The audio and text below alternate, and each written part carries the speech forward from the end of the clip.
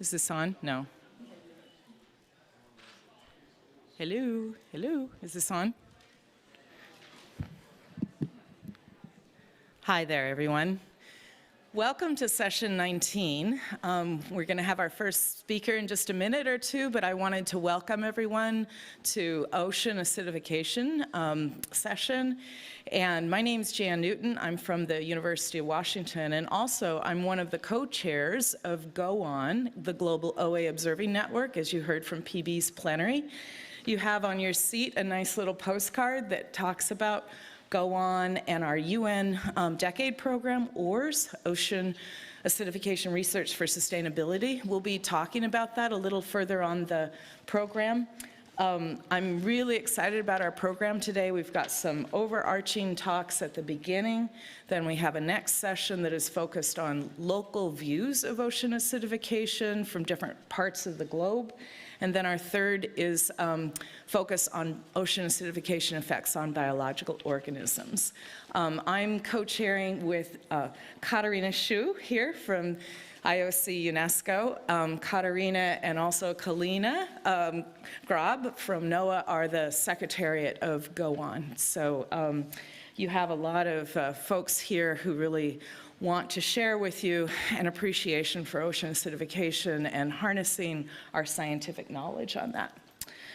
Okay, so more about that in at 14:30 because one of our speakers isn't here, so we'll use that time to tell you more about Go On and OARS and some community review that we have going on right now.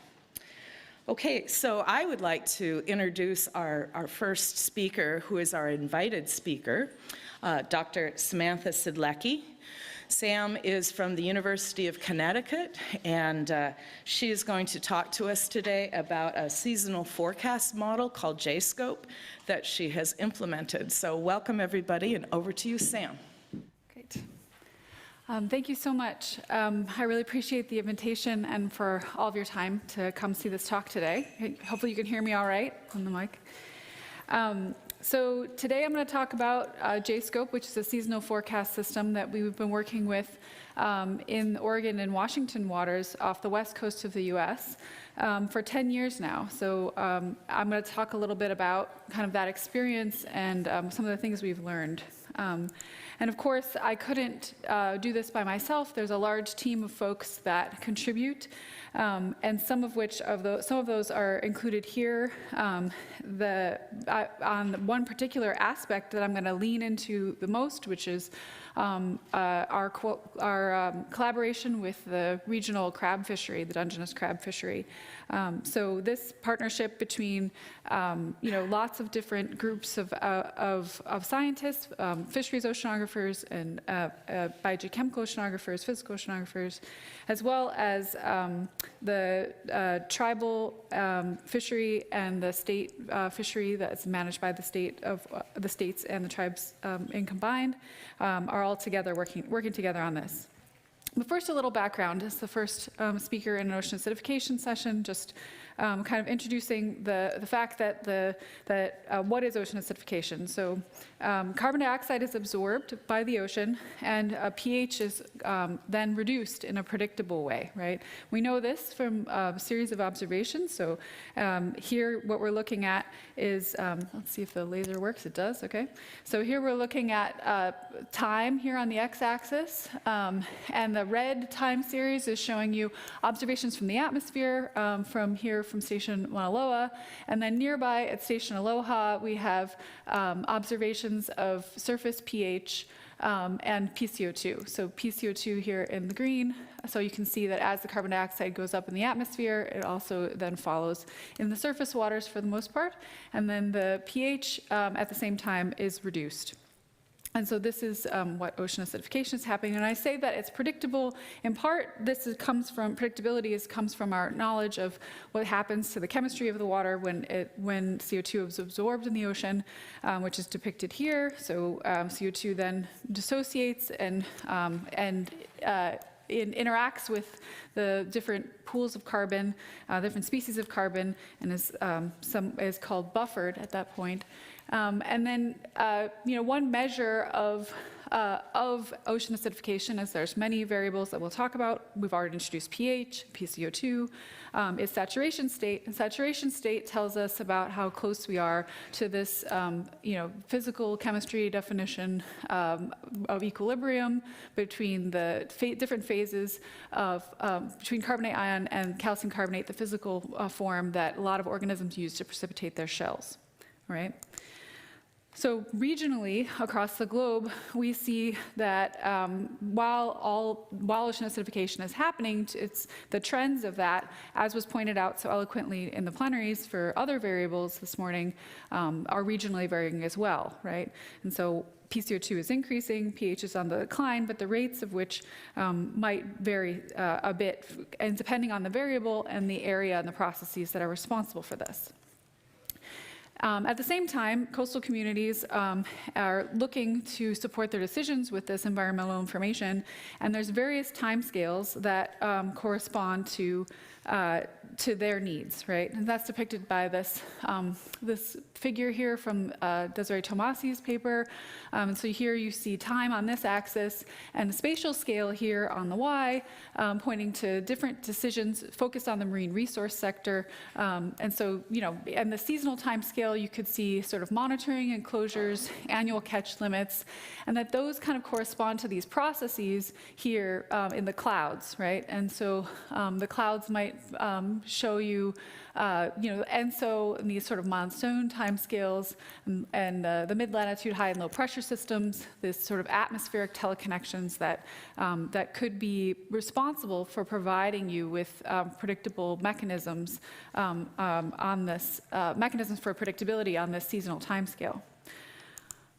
So one thing so now we know that there's regional variability in these ocean climate variables, including ocean acidification, and that there's varying timescales to match with that go along with the different decisions to support the coastal community's needs.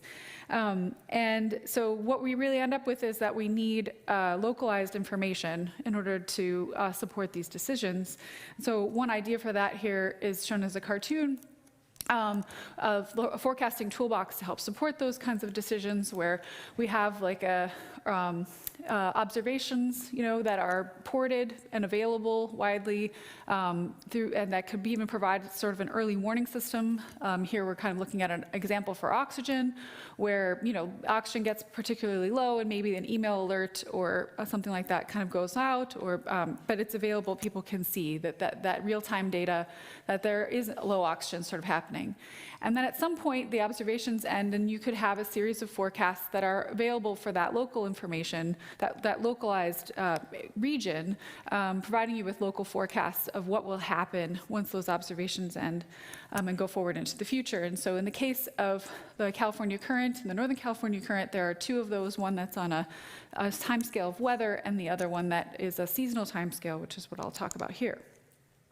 The California current is on the west coast of the U.S. And has already been kind of talked about a bit at this conference. But it's experiencing multiple stressors right now. And so the communities are looking for ways in order to bring in this kind of ocean climate information. So there's, undersaturation events, there's deoxygenation, and the species are actively being impacted. And there's also multiple processes interacting in this system that are impacting that the regional modification and rates of ocean acidification. And so here's a cartoon showing you some of those.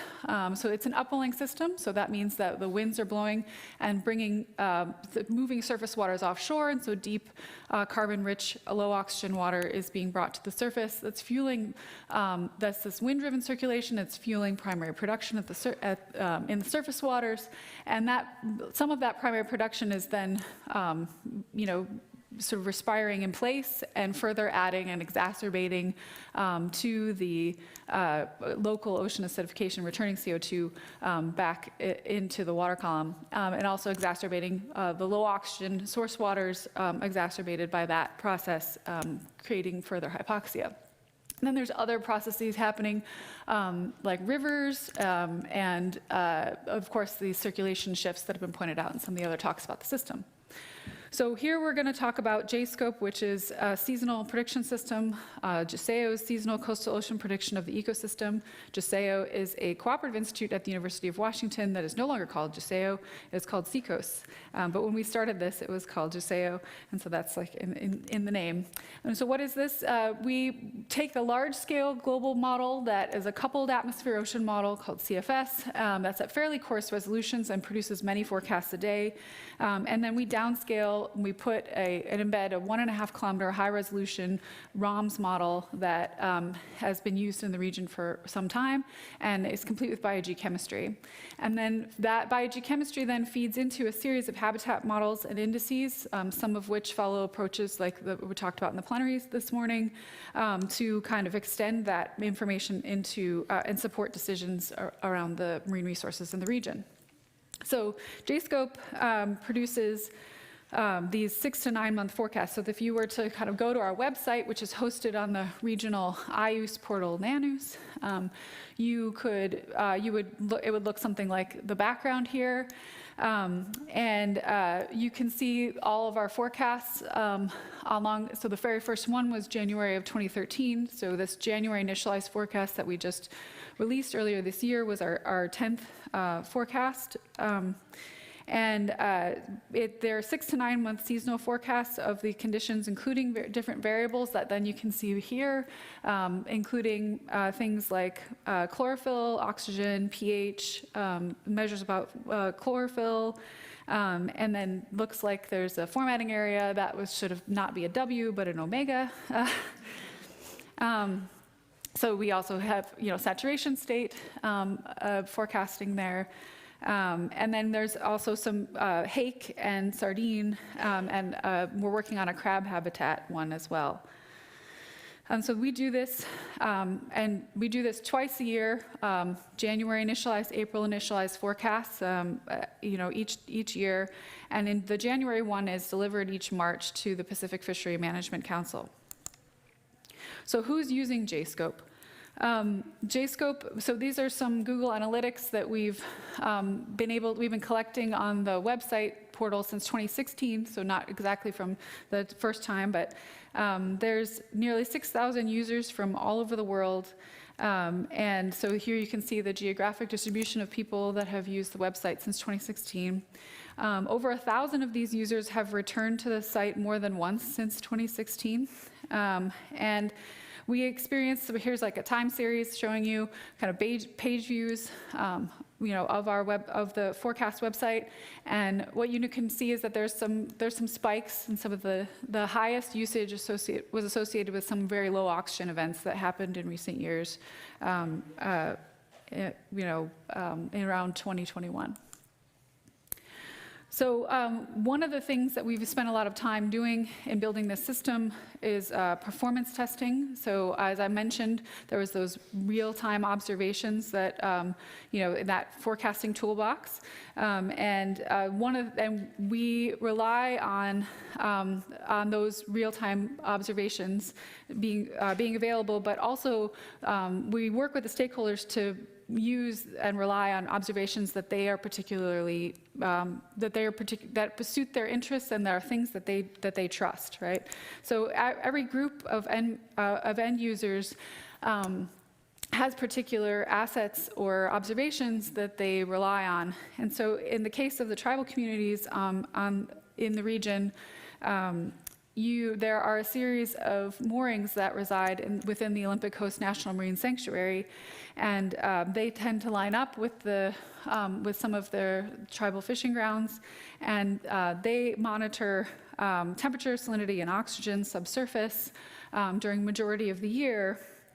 And so those assets are ones that are particularly important, and so those are ones that we've focused on. And so this figure may come up again in Simone's talk later, as she's going to talk more about these moorings and the observational records from the region.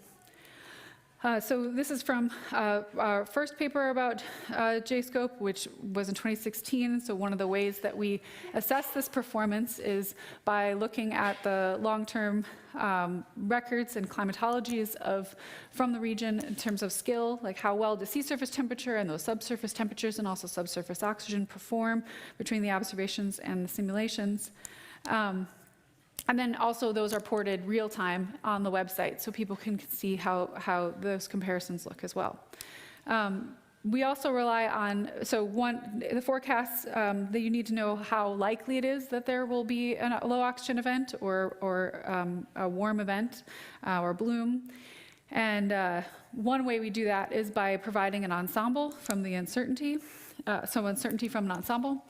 And so here you can see from the 2023 forecast, again from that forecast provided at that one asset location, we extract from the simulations, what the time series for oxygen will look like in that area.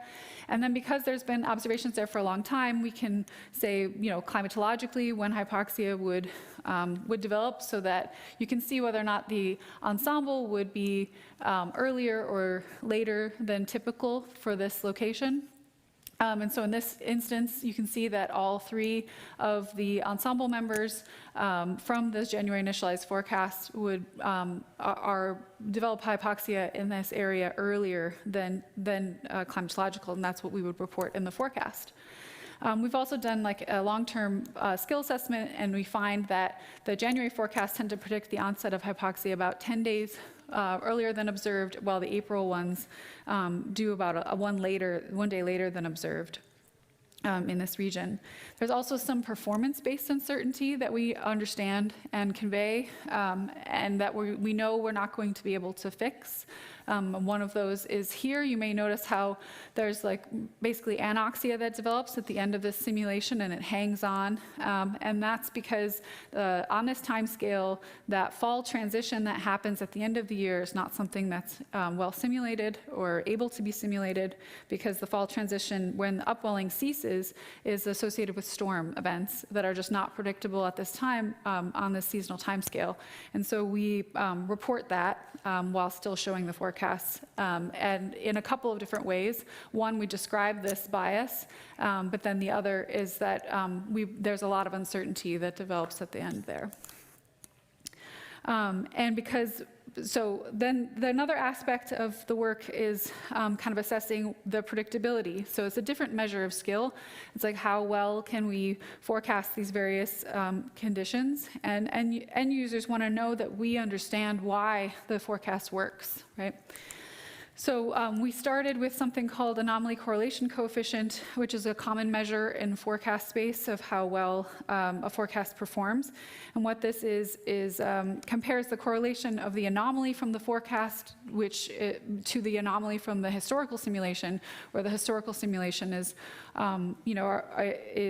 forced by realistic winds and whatnot. So it's sort of our best foot forward. And what we've noticed from these maps of this anomaly correlation coefficient, so greater than 0.5 means that it's doing a good job with this variable.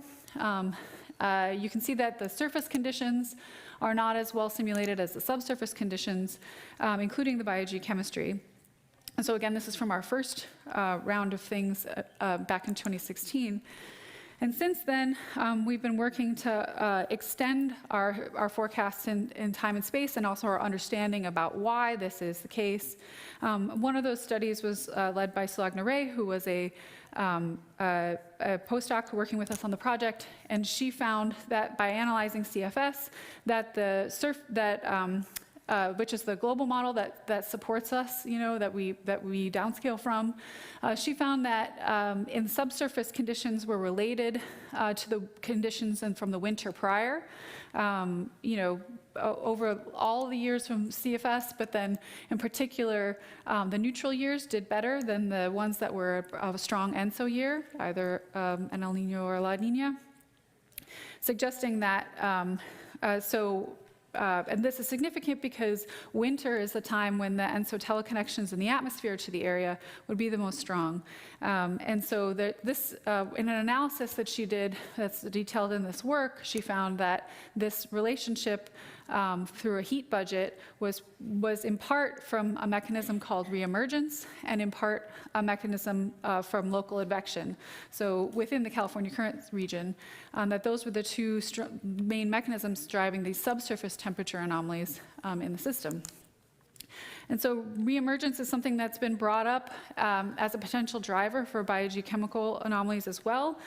This is a paper from Park et al. In 2019 showing the relationships in the North Pacific from a large-scale global simulation, showing that the subsurface biogeochemical anomalies from the winter prior, that winter mixing and mixing up of the nutrients, and then the restratification that develops in the spring could be a strong driver on seasonal timescales for phytoplankton blooms, and so that mechanism has already been pointed to as well.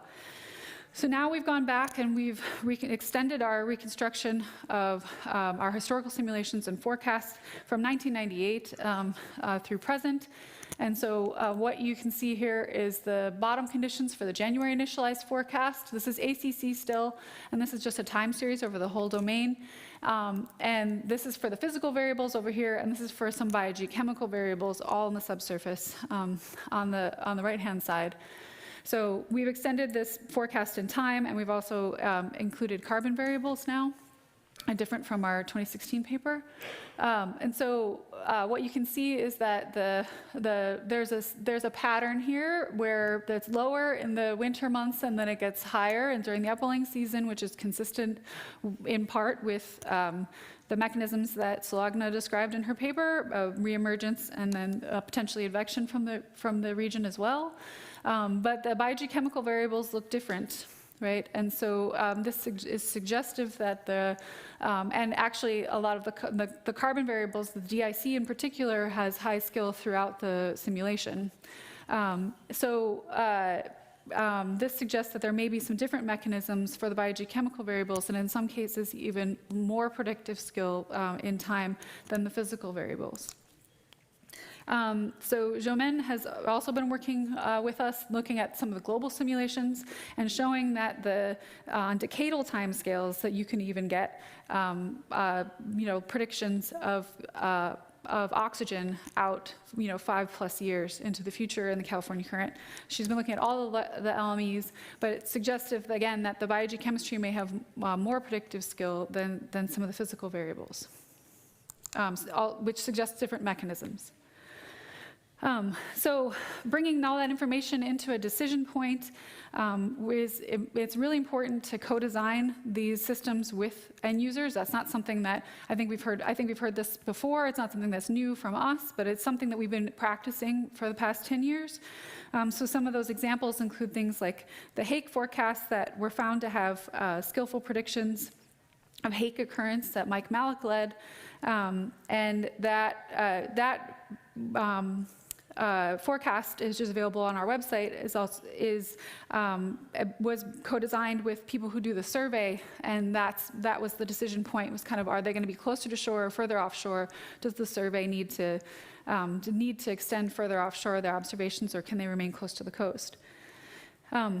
The NOAA's Pacific Marine Environmental Lab also relies on the JSCOPE forecasts to plan their surveys for monitoring for ocean acidification variables.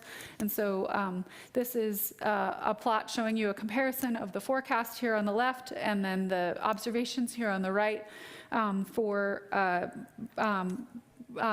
saturation state, and it's particularly the depth of the saturation state. And so we can provide these kinds of forecasts before they go out to survey in order to see, so they can adequately capture the spatial variability of the severity of the signal. Like we've mentioned, some of these fields are regularly delivered to the Pacific Fisheries Management Council, and then the Quinault Indian Nation decided in 2019 to close their fishery early due to forecasted low oxygen conditions and experience low oxygen conditions. And so which comes down to that last group that I just wanted to touch base about, which is this Dungeness crab industry, which we've been working with the fishery for quite some time. And so there's a paper that just came out this year, led by Emily Norton, I'll say more about in a second, where this figure comes from, which is, I think, one of the first times that the decision points for the Dungeness crab fishery were detailed in a publication. And so what you can see is that in the fall, the fishery does some test fisheries. So they go out and they collect some crabs, and they use the 3S system, so size, sex, and shell integrity, to decide whether or not the fishery is going to open. And that last one, the shell integrity, is basically they pick out the meat, they capture the crab and then they open it up and they pick out the meat inside and decide how filled up post-molt the crabs are, if they're ready to be harvested. And so they do that in the fall, and depending on what they find, they decide to open. If by January 15th they haven't opened yet, then it just automatically opens. So if the conditions, even if the conditions weren't right. So there is this question about whether or not there will be crab for Christmas, which has come up with the end users quite a bit. And so they have to decide when and where the fishery opens, including this co-management with the tribal fishery, in order to understand whether or not, because the tribal fishery gets to open first. So the model does a good job of simulating that was generated to support this fishery. There's Emily there, and this is from her paper, of capturing this kind of downward trend that happens once the fishery opens in the catch per unit effort every year. And we found that ocean conditions were an important driver as a result of generating this model. But it turns out that the forecasting that was really challenging because we didn't know about where the fishermen were going to go each year. And so because there's no formal stock assessment and sort of regular observations, it was a challenge in order to forecast the fishing behavior moving forward, which wasn't something we anticipated. But we did learn a lot from doing this. And so as a result of doing this kind of work with the community on this seasonal timescale, we've also, which Jan will talk more about this later, been working with them on thinking about climate timescales. And this has also been something that's been suggested about the shorter term forecasts, is that they can be a gateway to working with coastal communities to develop climate, to think about the climate timescale as well. And so my student Hallie Berger, who will be talking later about scallops, not about crabs, did some work finding the important life stages and population vulnerability for this system. So my key takeaways are basically that as other people have pointed out, that the more involved the managers are, the end users are from the beginning, the more likely they are to kind of take up these forecasts and projected products.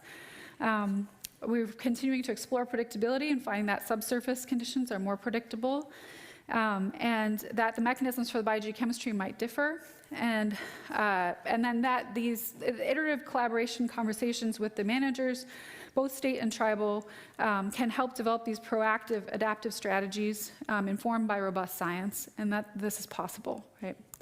So as we move forward, bringing these kinds of high-resolution, localized climate information to other broader coastal communities on various timescales is going to be very computationally intense and require a lot of work. And so there's a series of ocean decade, UN decade activities, including OARS that you'll hear more about later today, and Coast Predict that is a goose activity that if you want to know more about, please come talk to me. And with that, I'll thank my funding sources and happy to take any questions if there's time. Yeah.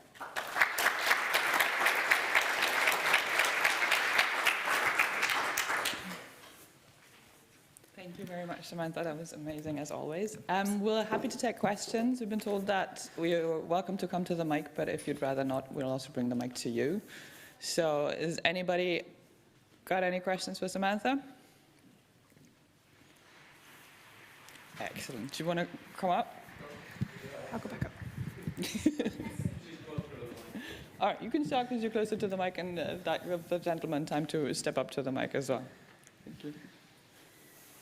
Thank you. That was a wonderful talk. I was just curious whether you mentioned that you can't predict where the fishery can go. I was just curious whether it might go the other way. You might give them some recommendations for certain places that might be a little bit further, a little bit more optimal for them. Yeah, so, so we can't, on seasonal timescales, we're not going to be able to predict catch without like a full, model of what fishing behavior is likely to be from year to year. I think that's something that could be possible, wasn't something that we had the ability to do at the time, like of the study. So it could be an interesting add-on. But in terms of like going forward into the future, it's something, we have a new project going now on the climate timescales of thinking about how the fishery might change in terms of that measure of catch into the future that this study will certainly inform. So yeah, we're looking forward to doing that. Thank you for your question. Are there, it's neat, the predictability of things that you can forecast. Are there items that stakeholders want to see that you aren't providing or can't? And that yes, absolutely. We get asked for things all the time. One of them is HABs. So we have a single phytoplankton model. So it's a very simplified lower trophic level ecosystem. And harmful algal blooms are something that also affects this management decision tree that they have in front of them, and whether or not the fishery can open or would have to close. And so the likelihood of HABs happening on the seasonal timescale would be something else that they would be really interested in. And then there's also this complicated issue of whale entanglements that I think people, so there's all these other issues, right, that like people are, and so these are just a couple of decision points, but as you get involved and sort of work with them, you start to learn about all these other things that they're interested in, and there are ways to kind of expand on that, but complicated, yeah. Darren. Thanks for a great talk, Sam. Yeah. You spoke to the importance of kind of developing your products with stakeholders in mind. I was just wondering if you could expand on kind of how you built and developed those relationships with them, right? Like, did you do workshops together? Did you work for boundary organizations? Kind of how do you get your foot in the door in that regard? Great question. We definitely worked with boundary organizations first. So part of the relationship, part of hosting through the regional IUS portal is not just for a website, but also for the community that engages with that website and with that product. And so NANUS does a lot in terms of developing those relationships with stakeholders. And so kind of us being a part of that community also is our foot in the door, like you were saying. And sort of in moving to different systems, I've also found that using and relying on boundary organizations has been really, really helpful in order to engage with stakeholders. Yeah. Because it takes a lot of time to build those relationships. And so kind of working with groups that have already invested and have that time is a good way to get in the door if you haven't done that already for yourself. And then throughout the whole process, we met like several times a year in virtual meetings and presented the information and poured over the information with the managers, the forecasts themselves, as well as iterations on the various products. So in practice, that's kind of how both of those things worked. Thank you very much. I'm afraid that's all we have time for right now. I'm sure, Dick, you know where to find Samantha, so you can ask her the questions later, maybe. I'd also encourage you to use the app if you haven't had the time to ask the question in person, and then we can get back to those. I'd like to introduce our next speaker, Friedrich Berger from the University of Bern in Switzerland. And this presentation has been recorded because he couldn't be here, unfortunately. Hello everyone, my name is Friedrich and I'm going to present on drivers of surface open ocean acidity extreme events, or so-called OAX events. It is well known that ocean acidification poses a large threat to calcifying invertebrates in the ocean, such as the pteropods, also called sea butterflies, you can see here to the right, or also sea urchins, you can see below. And it has been shown that already exposures for several days to weeks during OAX events can harm pteropods. However, it is often unclear whether extremes in aragonite saturation state or in hydrogen ion concentration, also called H+, are more relevant to these species. The differentiation between H+ and aragonite saturation state is important because those two types of extreme events do not necessarily occur at the same time. This can be well seen from the Northeast Pacific heatwave, the blob, where the Gruber et al. 2021 study identified co-occurring high H+ extremes, while Mogan et al. In 2022 found no extremely low aragonite saturation state at the same time. This can be also seen here on the map, where you see on the left column the temperature anomaly during the blob, and in the middle you see the H+ anomaly, which is indeed in some subtropical regions positive, but then also in tropical regions and more high latitude regions you can see that H+ is also partly lower than usual during the blob. And then on the right hand side you see the aragonite saturation state anomaly, which is positive everywhere, as it was already reported by Mogan et al.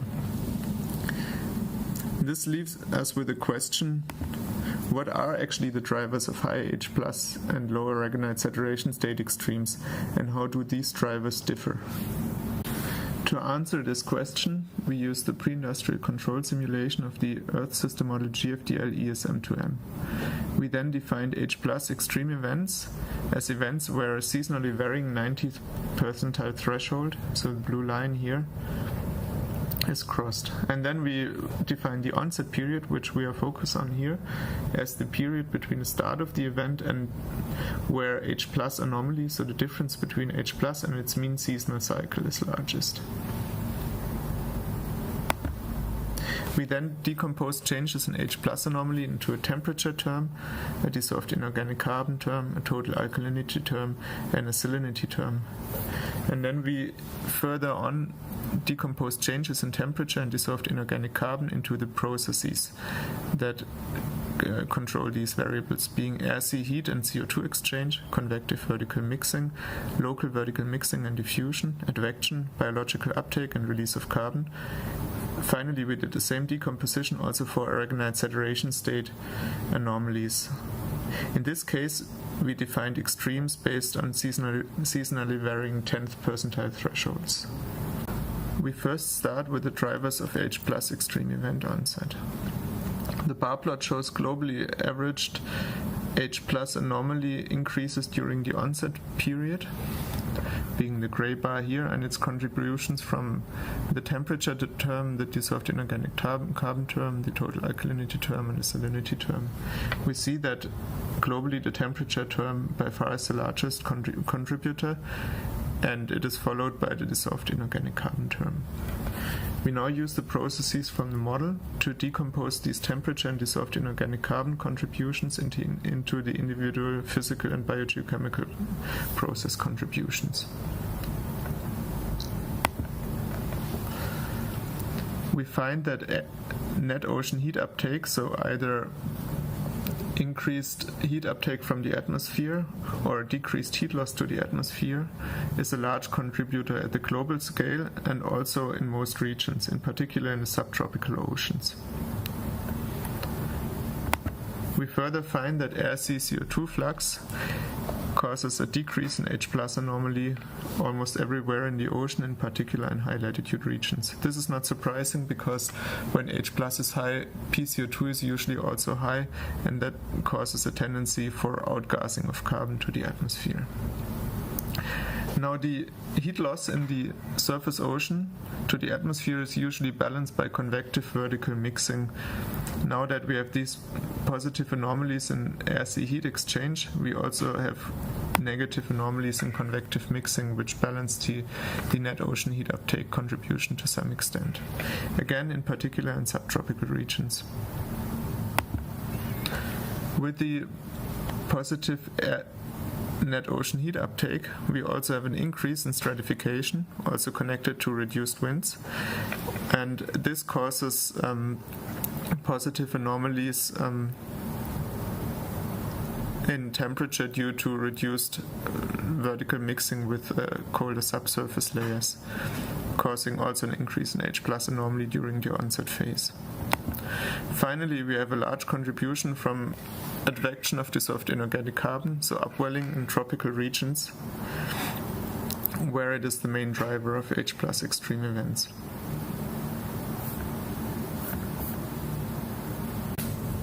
The results I've shown you so far were on annual mean.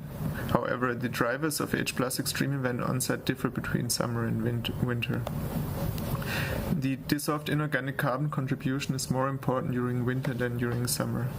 This is mainly due to larger mixing with carbon-rich subsurface waters during winter, in particular in high-latitude regions. So during summer, usually mixing with subsurface carbon-rich waters is decreased, but this is not the case in high-latitude regions in wintertime, where we have an increased mixing with subsurface waters and therefore also an increase in H+ anomaly at the surface. Furthermore, also temperature is less important during winter due to smaller ocean heat uptake from the atmosphere in winter, and also due to more heat loss through vertical mixing with subsurface layers.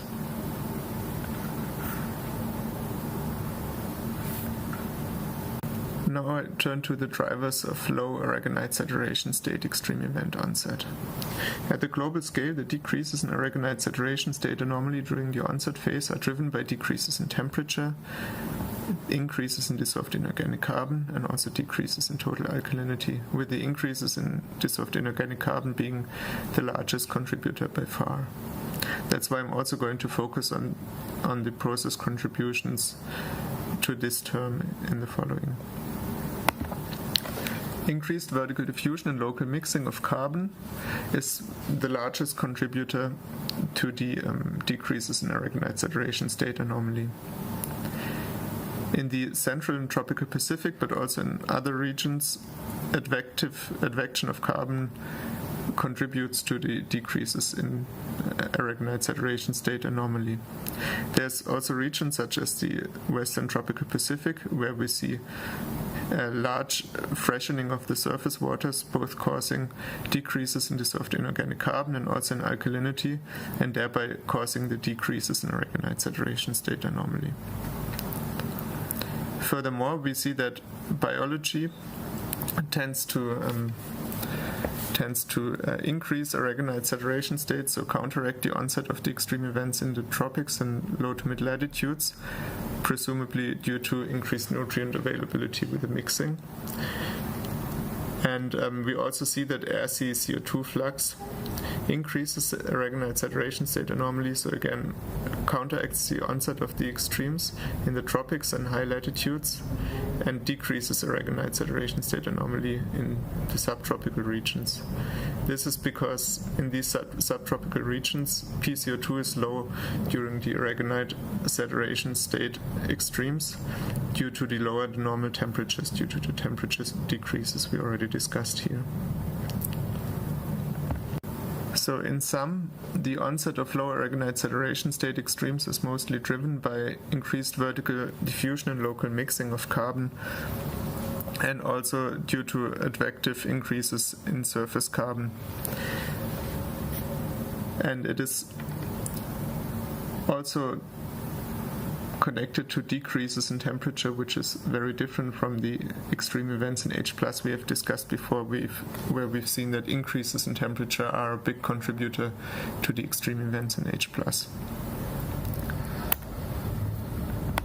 This brings me to my take-home messages.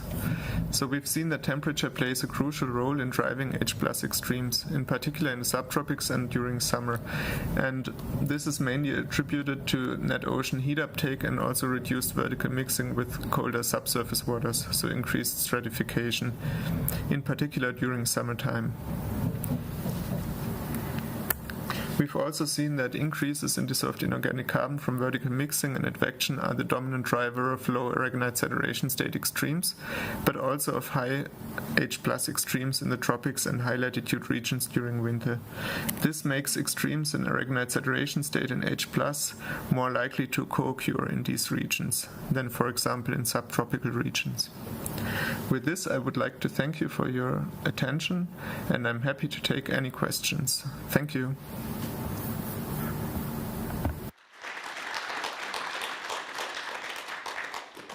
Thank you very much to our speaker. I would invite you to please use the app to ask your questions so that Friedrich can actually answer them online, which might be easier for him.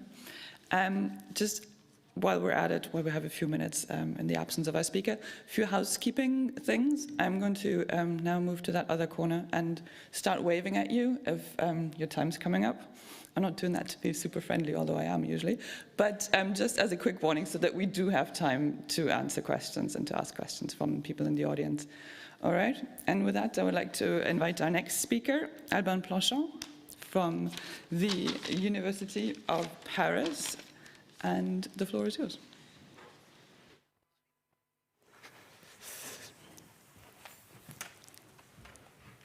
I'm a PhD student working with Laurent Bopp and Lester Kwiatkowski in Paris, in France, and I'm going to present our work on the carbonate pump feedbacks on alkalinity and ocean carbon cycle, especially ocean acidification in Earth system and ocean biogeochemical model simulations. As an introduction, I wanted to come back on two key variables for the ocean carbon cycle: alkalinity, the excess of proton acceptors over proton donors, and DIC, dissolved in organic carbon. They are key in modeling, for instance, because they are used to process, to compute the whole CO2 system, in fact. And that's the relative balance between alkalinity and DIC that chemically drives the equilibrium, for instance, with the atmospheric PCO2 at the ocean surface, but also ocean acidity. So alkalinity and DIC can be affected by different processes, abiotic processes, but also biotic processes, and especially the biological carbon pump here. You have two different biological carbon pumps. You have the soft tissue pump here in the middle and the carbonate pump on the right. The soft tissue pump is all about the production of organic matter at the surface. It's export then towards the deeper ocean and remineralization at depths. So you consume DIC and you release a bit of alkalinity at the ocean surface, and you do the opposite at depths. Regarding the carbonate pump, we're talking about the production of calcium carbonate at the ocean surface in the form of calcite or orgonite, for instance. So you decrease DIC and you decrease alkalinity, 2 times more alkalinity than DIC. And then you export particulate inorganic carbons towards the deeper ocean and you dissolve it at depths. This biological carbon pump is responsible for about a 7.6 petagram of carbon per year of export from the ocean surface towards the deeper ocean. In the face of climate change and ocean acidification, the efficiency of this biological carbon pump is questioned, and its potential feedbacks as well. But if you look at the literature regarding the SIM5 and the SIM6 Earth system model exercises, you will find most of the studies looking at the soft tissue pump, in fact. And especially, for instance, the particulate organic carbon exports at 100 meters. And there is kind of a consensus over the 21st century that this particulate organic carbon export will decrease by the end of the century in the worst case scenario, either in SIM5 or in SIM6. But there is no study at the moment regarding the carbonate pump and the peak export, for instance, the export of particulate inorganic carbon. So we had a look at it. In SIM6, and what we show is a divergent response of this peak export by the end of the century among the SIM6 ensemble. We see that we have no consensus, and especially we have 3 Earth system models which are aside from the others here, UKESM and the 2 Earth system models from the NOAA GFDL. This drives also a divergent projection from the rain ratio, this ratio between the peak export and the POC exports. Again, no consensus, and the 3 Earth system models which are aside from the others. That's really important to come back to the history of the development of Earth system models and how they implemented the representation of the carbonate pump. This was represented at first using kind of a production ratio parameter, so that the carbonate pump in fact relies partly on the soft tissue pump. And especially, we still find, for most of the Earth system models, this link between the peak exports, so the export of CaCO3 at 100 meters, and the POC export anomaly as well. So this is kind of a robust relationship we have for most of the Earth system models. But for some, especially again for the 3 Earth system models, we have something which is different, and that's because they have a saturation state dependency regarding the peak production. So the more you acidify your ocean, the less, the lower will be your saturation state, and thus you will produce less particulate inorganic carbon, and you will export it less. So they are aside from the others. We decided then to use our Nemo-Pisces marine biogeochemical model to mimic a bit what we could see among the semi-physics ensemble regarding the carbonate pump magnitude and the changes of this carbonate pump by the end of the century. So the Nemo-Pisces is marine biogeochemical models considering the lower trophic levels with 2 phytoplankton groups, 2 zooplankton groups, considering the carbon cycle and some nutrient cycle. We have a standard simulation in blue here with a certain magnitude for the carbonate pump. We have a lower magnitude for the carbonate pump at steady state for this yellowish curve. And then we had fun in the worst case scenario to constrain a decrease in the carbonate pump magnitude by about 25% by the end of the 21st century with this reddish curve. And we do a Mario simulation with an increase in this carbonate pump by the end of the century by about 25%. And what we see is first that it has a limited effect on surface alkalinity normalized by the salinity compared to the absolute value of alkalinity at the surface. But still, we find this linear relationship without surprise between this peak export anomaly and the surface S-alk anomaly. To come back on the processes, in fact, you reduce the peak production, so you consume less alkalinity at the surface, so you have a positive anomaly for the surface alkalinity in the case of the reddish point here. So that's not a surprise for us. Then coming back to the main topic, the ocean carbon cycle at the surface, we see that, in fact, the relative influence, the influence of these peak export anomalies on the surface ocean carbon cycle is relatively limited, both for the anthropogenic carbon uptake, but also for the surface, this should be an omega, the surface saturation state, which is used here as a proxy for ocean acidification. With a decrease by 25% in the peak export, we have only a 4% increase in the anthropogenic carbon flux by the end of the century, and a plus 1.6% for the surface ocean saturation state for calcite. So we have an increase in the carbon sink, but we have a slight mitigation of ocean acidification, but it's tiny. From this sensitivity analysis using our Nemo-Pisces simulations, we came back on Earth system models, looking at whether we could find again this relationship. And we found that effectively the surface alkalinity follows kind of the same trend as the peak export by the end of the century, again with the 3 Earth system models which are aside from the others. If we look at this plot again, peak export anomaly, surface S-alk anomaly, we find again this relationship among Earth system models. It means that we can effectively use, by the end of the century, the surface alkalinity to infer the trends in the peak export anomaly by the end of the century. Regarding the effect on the carbon cycle of such a divergent trend in the peak export by the end of the century, it's quite messy. In fact, the effect of it is second order in ESM projections. So we do not find, again, this relationship.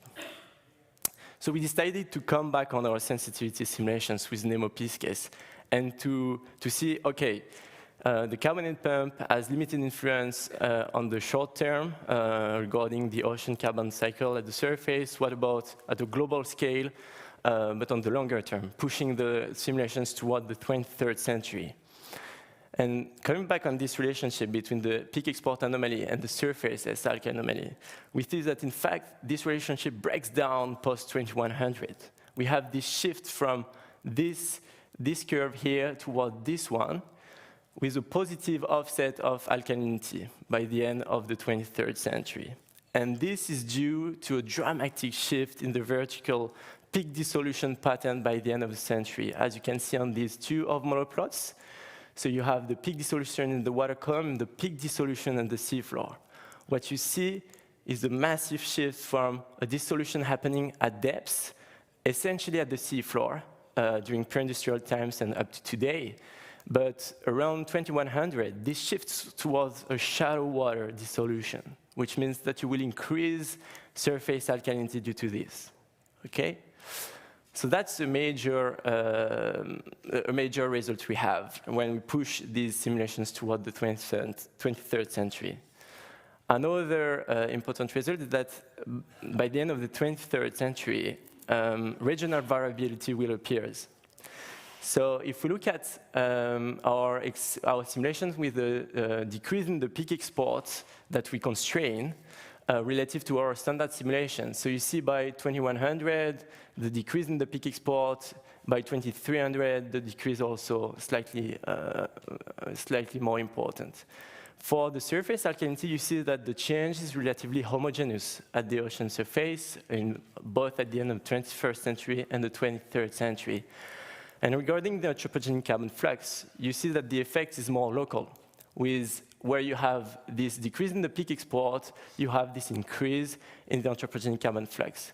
But by the end of the 23rd century, you see this regional pattern appearing in the Southern Ocean. This is due to the upwelling of deep waters, which are also affected by this decrease in the carbonate pump, but the other way around than the surface ocean.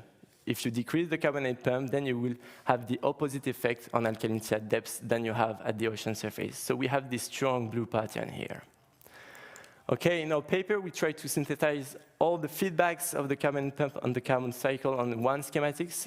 This is what work in progress, and this is just to give a glance at it.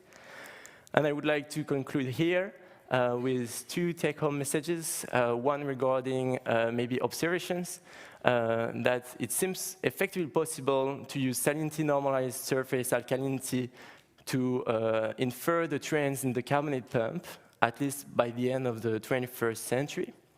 And second, we see that the carbonate pump has limited influence on the global carbon cycle at global scale, but climate change and ocean acidification and their impact on the CaCO3 cycle could influence the global carbon cycle in the longer term, with especially a dramatic shift in the peak dissolution pattern as we saw, and a strong regional variability as well.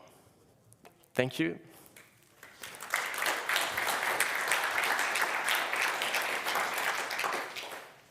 Thank you very much, Alban. I think we have time for one question. Nina, do you want to come up here, please?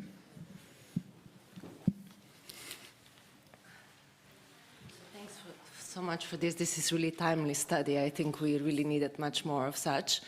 I wondered what sort of field and experimental data you would need to better parameterize your models, and do you have some sort of feeling if calcification or dissolution would impact PIC more? And then lastly, I was very surprised to see that increased PIC actually leads to higher long-term surface alkalinity increase. So if you could comment on that, because maybe it's a positive feedback loop for ocean alkalinity enhancement. Yeah, so just coming back on your last question then, directly. So we constrain, in fact, the decrease in the carbon pump magnitude. So we set it dependent on the PCO2, the atmospheric PCO2. And our runs were used as a high-end estimate because we only consider the change, in fact, in the atmospheric PCO2 and not in the global circulation of the ocean, for instance. So that's just a high-end estimate. And there could be a feedback which would attenuate, in fact, mitigate partly this decrease in the peak exports by the end of the century and later on, because you will have an impact on the saturation state, effectively, and thus you will have the opposite effect. In fact, reducing the acidification of your ocean, you will infer a slightly a better environment for calcification to happen, relatively to what you currently have. So that's the first point regarding our simulations and why we see this anomaly that increases over time. And regarding observations, what could be interesting for modelers, I think the first thing is really to work in concert, biologists and observers as well, and people modeling, because most of the studies are dating quite a long way back, and some of the results are not used, especially regarding dissolution, for instance, of this calcium carbonate. There is no consensus among the biologists, but still there is kind of a range of variability and uncertainty that is not really considered by the modeling community. And for the peak production, there are some studies already regarding this dependency on the saturation state, for instance. So maybe more of these studies could bring a consensus so that all the marine biogeochemical models can then focus on this and implement this. But you see as well that on the short term, and that's the main objective of these CMIP 5, CMIP 6 exercises, to look at this short term up to the end of the 21st century. And you see that the bias in the carbonate pump or the changes in the carbonate pump magnitude have second order effect on this time scale. So that might not be that urgent for marine biogeochemical modelers to implement this at first sight. Although on longer time scales, I do think that it is worth, and also at regional scales, I do think that it is worth to understand the impact of climate change and ocean acidification. But really work in concert between biologists and modelers, I think that's the best thing we could do.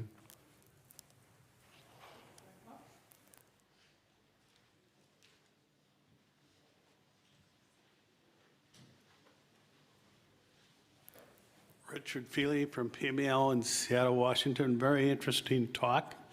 I want to start out by an observation. Some of our work in the North Pacific already shows increases out in alkalinity over time in the shallow waters. So there's suggestion of a shallow water dissolution that is beginning to occur right now. That's an observation to think about.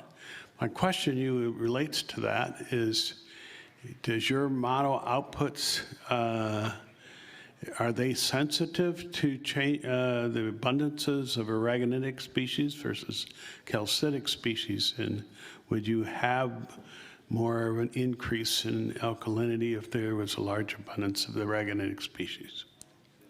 So regarding these results in the North Pacific, so this increase in alkalinity could also be related to a decrease in the peak production, in the calcium carbonate production, as well as an increase in the dissolution in the surface ocean. So there could be both, I think.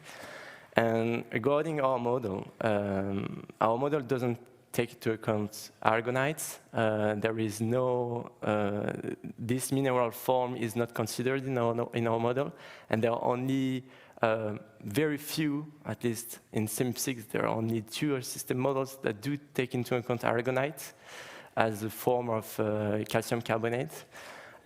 This is also questioned a lot, whether we should take into account aragonite in our system models or not. But I have not much to say about our model regarding this because we do not take it into account. Thank you very much. Merci, Alban. And thank you very much also for these amazing questions. And with that, I would like to introduce our next speaker, Evin McGovern from the Irish Marine Institute, who is going to talk about the OSPAR ocean acidification, there you go, report that just came out. Very timely.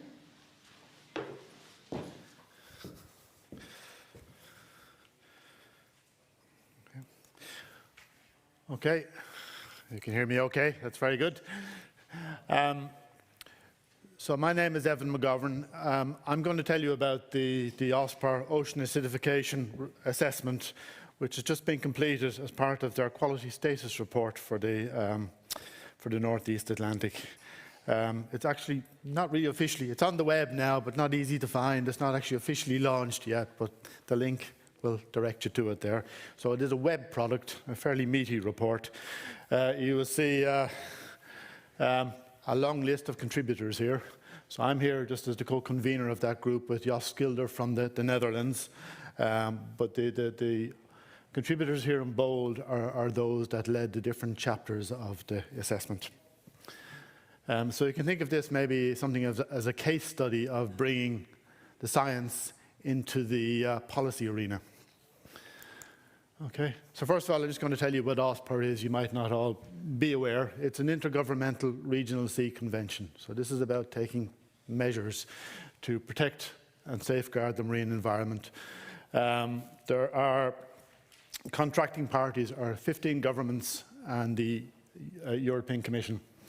And you can see it's a large area which is covered here, divided into these 5 different regions for assessment purposes.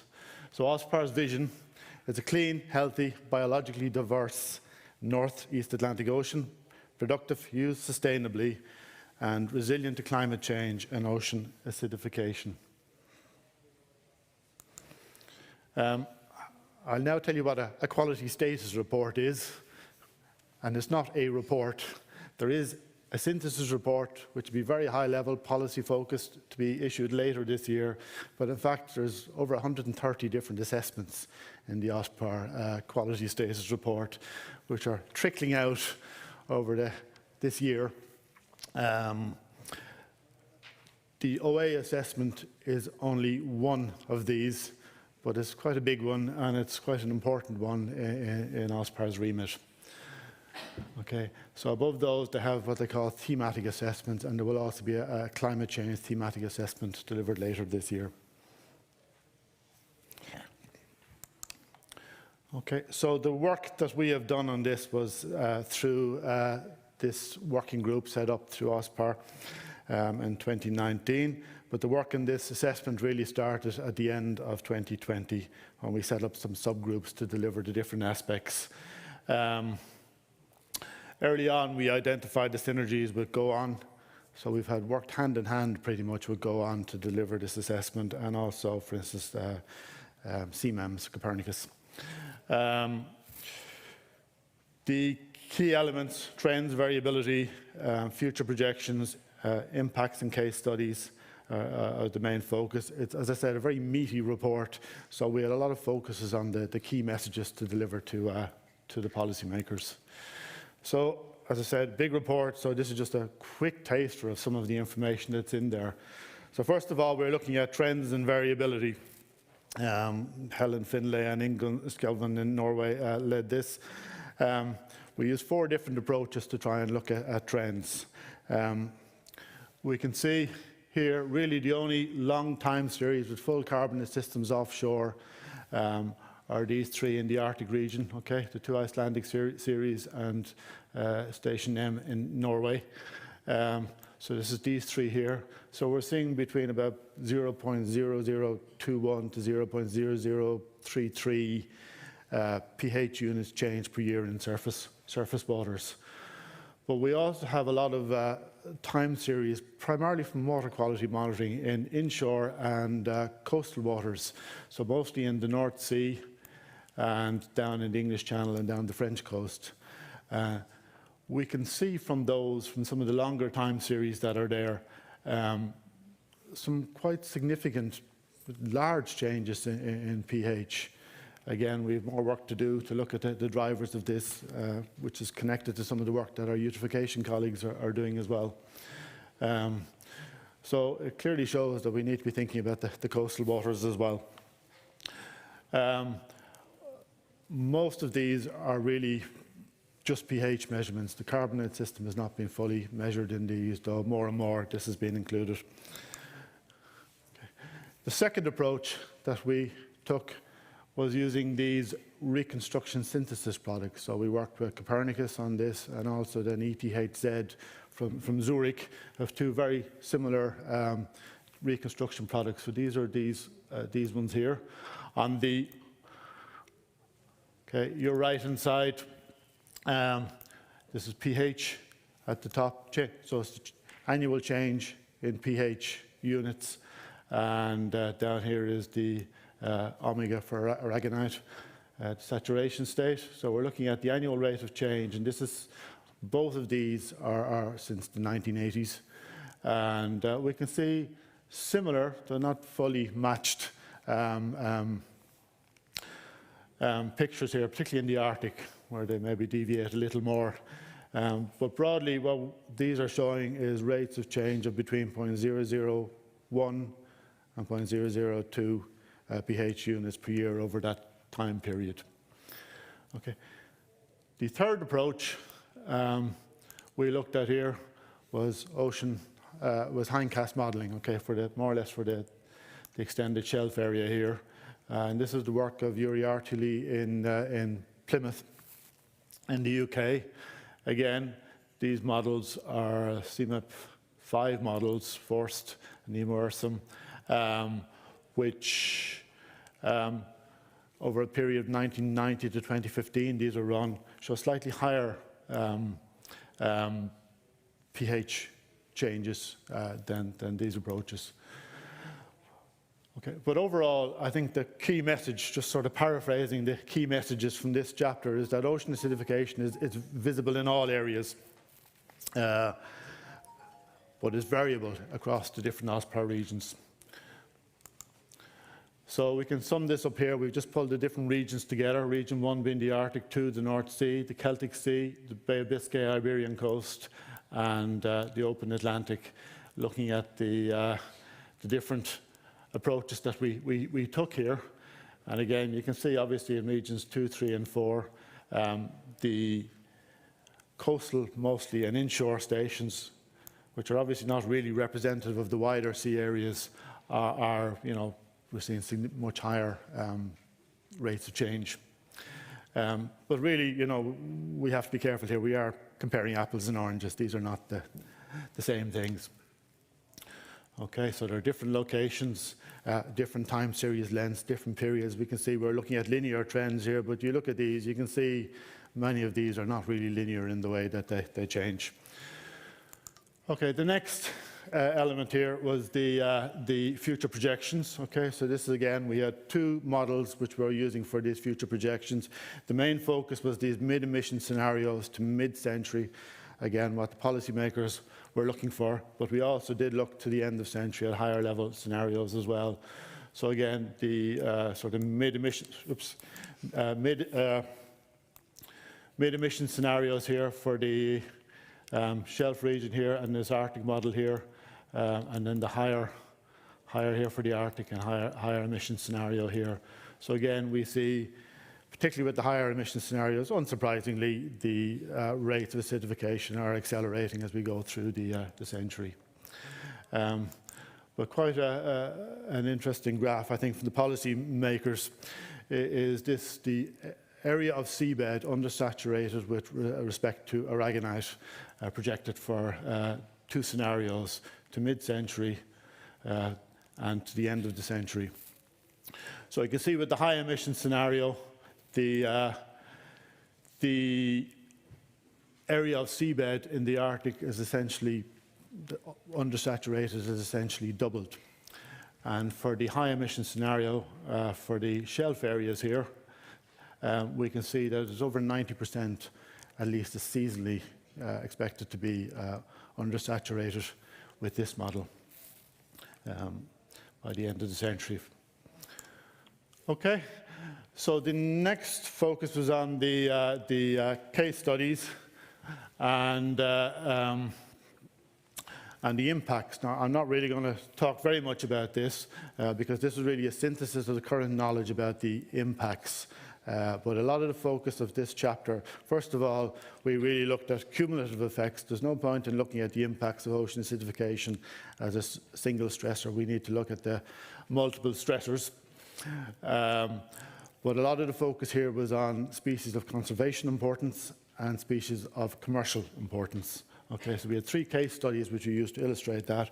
I will just mention one quite important one for the OSPAR is on the Lophelia reefs. Okay, so the cold water coral reefs along the shelf edge here. Again, as they're expected to become maybe more exposed towards the end of the century to undersaturated water, you know, the corals themselves seem reasonably resilient, the living corals, but of course the dead framework will be exposed to corrosive waters, which begin to weaken the coral framework. Okay, so again, we have some of the key messages up the top here. So the reason we're doing all this, obviously, is in relation to actions and measures that can be taken. So I've already mentioned the OSPAR vision. They have this Northeast Atlantic Environment Strategy 2030, which encapsulates this vision in these four pillars here, which they've set out 12 strategic objectives, and these are set with operational objectives. So the three strategic objectives in relation to climate change in OA are related to monitoring and assessment, adaptation and mitigation. And again, there's implementation plans being drawn up around this. If we break this down, this diagram, which is almost the final slide, just shows you where OSPAR's work will be going forward on this. So the monitoring and assessment is very important.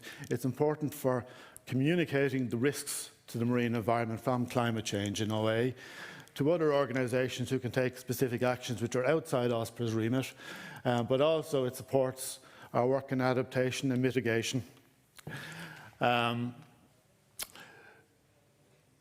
the mitigation side, you will see key areas for OSPAR here.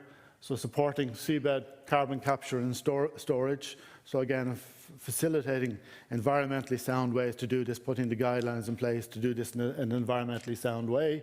Again, offshore, similar for the offshore renewable energy industry.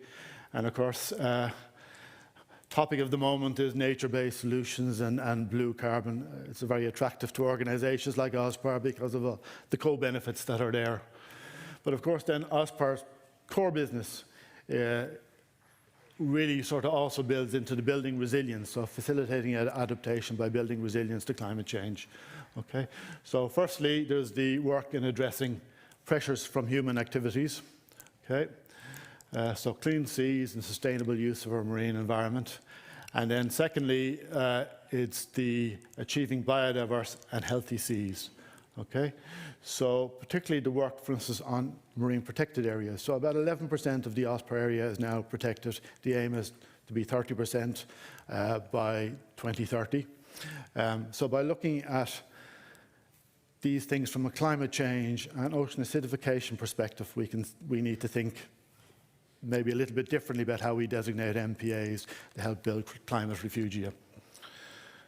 Okay, so what I will say is that one of the sort of conclusions from this is that when looking at climate change mitigation and adaptation strategies, it often aligns very well with OA, but sometimes not.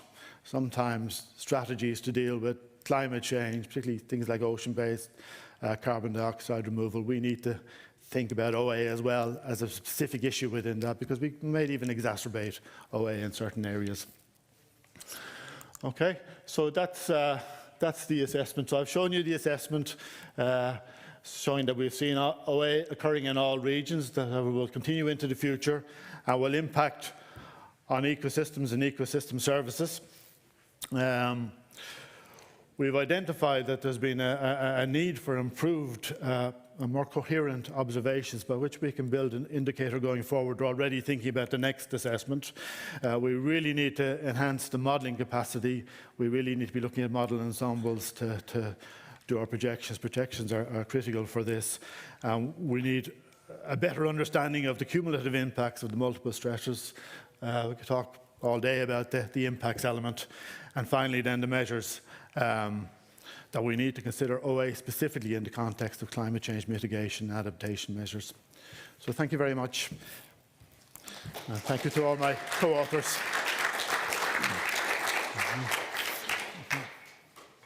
Thank you, Evin. And in the interest of time, and to get everybody to the lunch break on time, I would suggest you all find Evin, who's going to be around all week, as I hear, to ask him your questions, or again, use the app.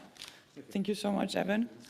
And with that, it gives me great pleasure to introduce to you my co-convener of this session, Dr. Jan Newton from the University of Washington. Jan, please.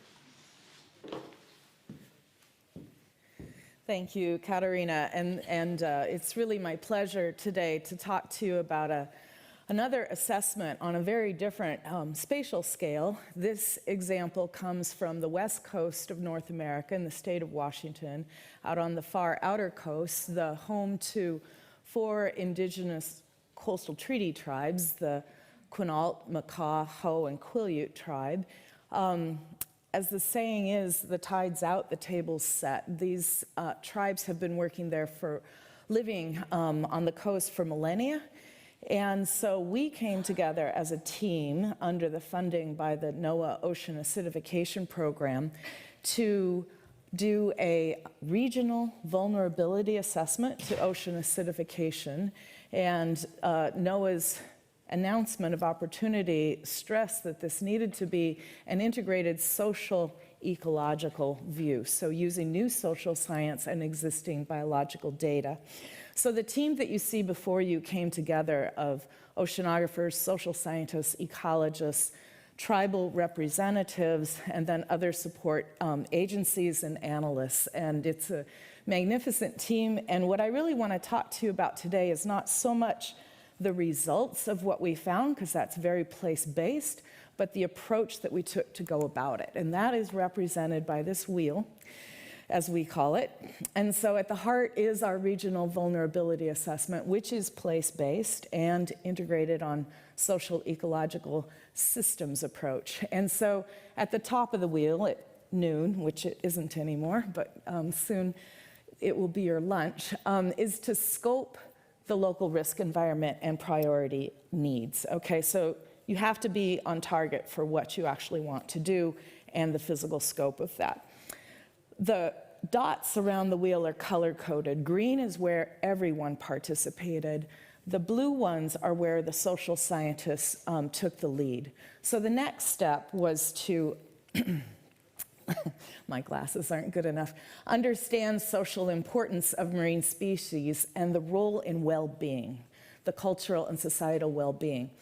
And then the next 3 dots are orange. That's where the oceanographers and ecologists work together to analyze variability in chemical and biological data, to use a model to project future ocean conditions, and then to assess the frequency, duration, and location of harmful oceanographic events. Then, based on the knowledge that the social science gave us about importance to the tribes, then to together evaluate risks to the ecosystem, particularly on species of interest to the tribes, critical species that are important to them.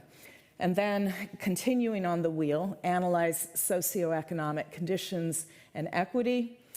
And then the last part is really what the tribes do together, informed by the study results, to assess the vulnerability, to identify adaptation actions that they may want to take, and to translate that to decision makers and act to protect vulnerabilities. So this is a really exciting approach that we took. And you saw this graphic before from Sam. What was really instrumental for me as a biological oceanographer and not a social scientist is to conceive of an ecosystem that has humans in it. You know, for me, if someone asked me to draw an ecosystem, it would have had phytoplankton and zooplankton and critters, but maybe not the humans. And that's what this approach really drilled in. And I will hope to have time to tell you why that became such an advantage to this story. Okay, so how did we go about assessing risk to biology? So first of all, we synthesized all of the existing observations we could find. And we thought this would be wonderful, but of course there were so many shortcomings. Co-location of physics and biology did not occur.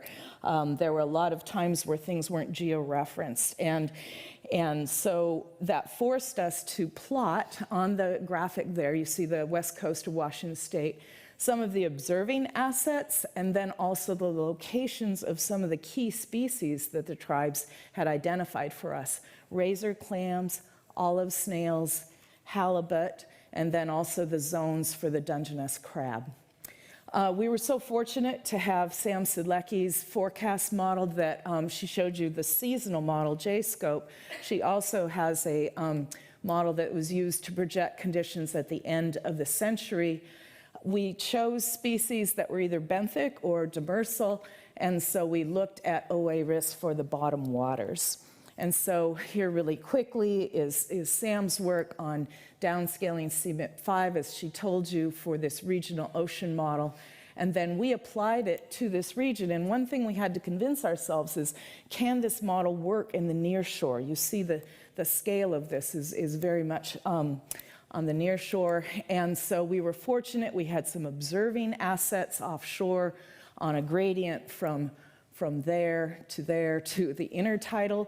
And we did some tests to evaluate the performance of the model in the near shore, and it worked well enough. But since we were doing this with our tribal partners, they were aware of the, the skill set that we had there. Okay, so I'm going to race ahead so we have time for questions.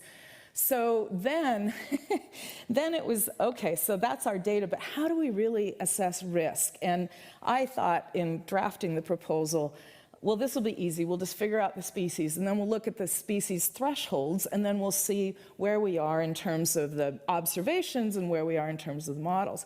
Okay, so great. What's the threshold for an olive snail? What's the threshold for razor clams? Guess what? Those aren't published. Let's think about this regional assessment for ocean acidification, but there's temperature and there's hypoxia, and so we needed to put this in a multi-stressor context.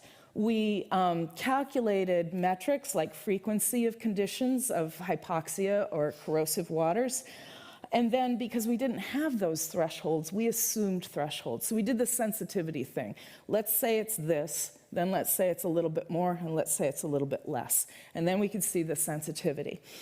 And then we put it in the context of the focal species, which really turned out to be very valuable. So in doing what we said there, we actually came up with a compendium of plots. And because 7 variables across OA, including the multiple stressors, we didn't want to only look at annual averages. We know it's very seasonally influenced by upwelling, downwelling. We wanted to look by month. We wanted to look at current and present and the delta in that. And then change in frequency of conditions and analysis of gradients. It turns out that is, just by chance, 365 plots. And so that's great for communication tool. Here's my compendium of 365 plots. Okay, so we had to take it into a different direction. But it does allow for exploration in the context of a given species, area, season, or specific questions. So let's back up. Let's look at some of those plots. So here we have the present conditions. What you see, the color is the present, this is aragonite saturation state, and so this is the present value, and so you can see the conditions there from 0 to 2. And then the present percent of the year that's undersaturated. In all cases, the darker the color, the more intense the conditions. So dark is the longer percent of the month. These are the same things for the future scenario, 2100. And then this is the delta, future minus present. And so this is where you see the change. So looking at the color, the change in the mean omega aragonite, you see this blue, which means it's getting less along the shelf. And then this, the symbols are the change in the percent of the year undersaturated. And you see that the darkest symbols along the coast and also along the shelf edge. Well, that was really interesting, but it's an annual average. And when we look at splitting it out by the calendar month, now we see some really different patterns depending on the month of the year.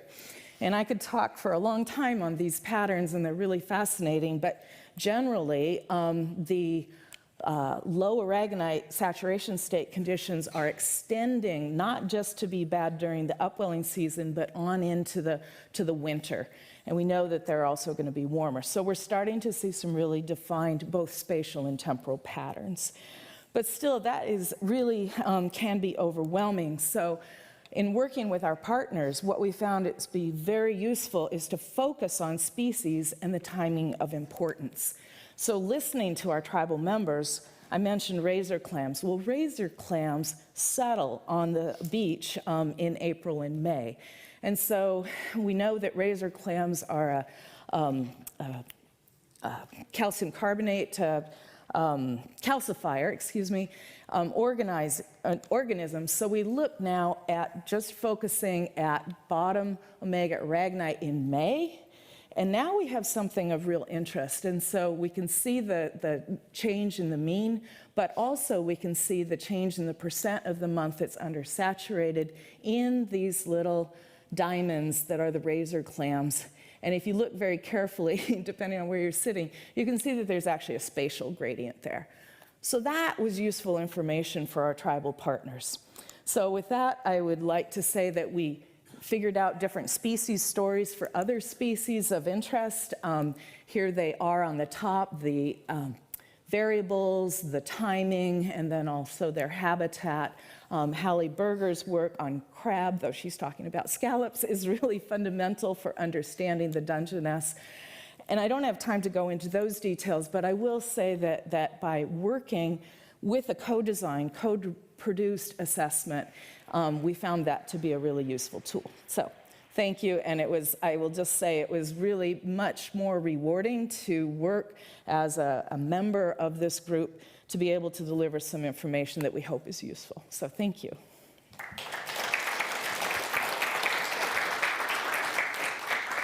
Thank you very much, Jan. We have time for 2 questions. Anybody would like to come up? Also happy to carry the mic around. Not fussed. No? All right, well, in that case, there's nothing left to say about bon appetit. Have a good lunch break. And we hope to see you again this afternoon, where we have 2 more parts to this session. And until then, thank you very much for your attention. Okay, thank you so much for coming back after lunch. I know it's a little bunchy, but we want to make sure we get good time for talks for everyone. So we're going to continue session 19 on ocean acidification, and these are going to be some place-based views of the world. And to start us off is Richard Feely, who's going to talk to us. And if we could get that door closed, that would be really helpful. He's going to talk to us about the interactions between acidification and deoxygenation along the west coast of North America. Thank you, Dick. Today I want to speak about a series of 6 cruises that we have conducted over the last 20 years along the west coast, going from Canada to Mexico. And what we have done that makes this work unique is we've calculated the distribution of anthropogenic carbon dioxide in these coastal waters along with our open ocean work, and utilize that information to get a vision for what the pre-industrial distribution of aragonite saturation was and in relationship to oxygen and what it is now. And the point I want to make about this is I want to show how anthropogenic CO2 combines with respiration to cause the system to become corrosive with respect to aragonite, and how they work together to cause these impacts. So as you all know, the release of 2 trillion tons of carbon dioxide in the atmosphere on over the course of the entire industrial period has caused about 550 billion tons of carbon dioxide to be absorbed by the ocean. And this is that reaction there with CO2 reacting with water to form carbonic acid, which then releases hydrogen ion. That's what causes the acidification. And you've seen this plot before from Sam's talk.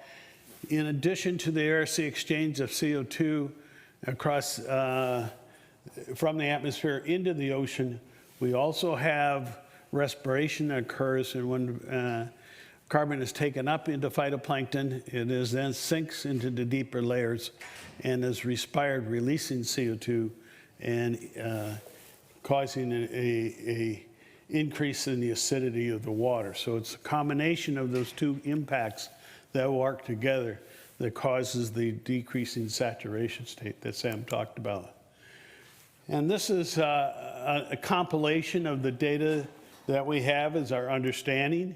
This is from the work of Mar Arroyo in 2022 and from Anna Franco in 2021. And it shows the distribution of anthropogenic CO2 along our coast here. This is our coastal data set from 2016. So surface waters range from about 48 micromoles per kilogram in the north to about 74 micromoles per kilogram in the south. And you can see through the region of the coastal region out down to the shelf breaker. So we then go to a range somewhere in between 40 and 50 microatmospheres at depth. So we're micromoles at depth. And so we see anthropogenic carbon everywhere we look. So this is our most recent cruise from 2021. This is a model output showing what happens to parcels of water. The water comes from the North Pacific, then they come onto the coast. And once they come on the coast, then they are distributed either to the north or to the south, depending on the season. But that water, for the most part, stays on the coast in the northern region till it gets to Southern California, where it moves offshore again due to eddies down there. And so what we see is a very striking surface gradient in PCO2 and in surface pH, and the very high PCO2 around Northern California, around Cape Mendocino. This is that intense upwelling that we have along the coast. It is upwelling along the entire region, but it's most pronounced off Cape Mendocino. And this, therefore, has the region of very low pH, where you have the upwelling. That one goes all the way to the surface. This plot shows our cruises from 2007 to 2021. And this is the anthropogenic CO2 concentrations that we have calculated in surface waters. So you can see this build up over time. And you can see that the concentration of anthropogenic CO2 is a little bit higher in the southern regions than it is the northern region. This is to be expected because of the increasing buffer capacity to the south. And so what we end up seeing here, this is a time series of that. And you can see a little bit higher concentrations of anthropogenic CO2 in the south, a little bit lower at the north, but it's actually deeper penetration of the anthropogenic CO2 in the north because of enhanced ventilation in the northern region relative to the south. So this is orientate you. We're now going to look at this section here, line 2 off of Canada. And you can remember that the water is coming onto the shelf. And when that water moves onto the shelf, it gets into the shelf region here. And you can see from this plot, this is a plot of oxygen versus salinity. And these waters that are moving onshore are the linear part of this plot. And when they come onshore, then you see a decrease in oxygen. And that decrease in oxygen is due to the respiration that we see because of enhanced productivity on the continental shelf region. And we see then a decrease in oxygen. And that decrease in oxygen will build up over the summer, starting in April or May and building up until September or October. So this number will keep getting lower and lower and lower. Very significant change in oxygen distribution, which is building up in these subsurface waters. And for that same data set, again, long line here too, you can see that the pH distribution is a very direct function of the changing oxygen concentration. They're very highly correlated. So when the oxygen is consumed, then the pH decreases. The higher scatter here is in surface waters where there's more gas exchange, but as soon as you get below the surface, you get this very strong linear relationship. And so for a change in about 81 micromoles per kilogram of oxygen in these waters here, from here to here, you would see then a change in pH about 0.24 pH units, again, building up throughout the summer. And when we look at the same information for saturation state, we can see what is happening here now is when the oxygen is decreasing, then the saturation state begins to decrease as well. And when it does decrease through the course of the summer, you'll cross this saturation state 1 threshold at some point in time. And that decrease in saturation state, as much as 0.45 units, a very striking decrease. And so sometime in July or August, we pass below the saturation state of 1 due to this respiration process that is occurring in these waters. And if you look at some of the sections, you can see how this works out. The upwell water comes on, there's onto the shelf, it continues to have lower values of oxygen and aragonite saturation stage due to this respiration process. So it continues to decrease, and we can see this happening in these near bottom waters. And this is some time series work of Jan Newton's group showing these events. There's a productivity event here, then about 2 weeks later you have this respiration signal in the water column in each case, and that respiration signal is drawing down the oxygen and lowering the pH in the aragonite saturation waters.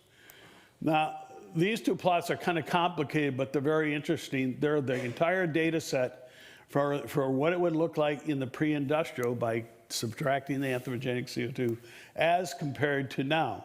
And so here's a perfect example of showing the lower aragonite saturation states because of the addition of the anthropogenic CO2, and it's lowering it compared to what it was in the pre-industrial region. And this is from Jack Barth's work showing that the entire region here in 2021 is a region of large regional hypoxia, concentrations lower than 60 micromoles per kilogram of oxygen. Large region causing this lowering of the aragonite saturation that's occurring. So what we have then done is go back and calculate what the pre-industrial depth of that aragonite saturation horizon of 1 would have looked like in the pre-industrial era as compared as it is today. And you can see the very, very strong shoaling throughout the entire region from the pre-industrial depths to the, this in many cases over 100 meters along our coast. You can then subtract those two and get the volume of water that has been affected by having the water be less than aragonite saturation state of 1.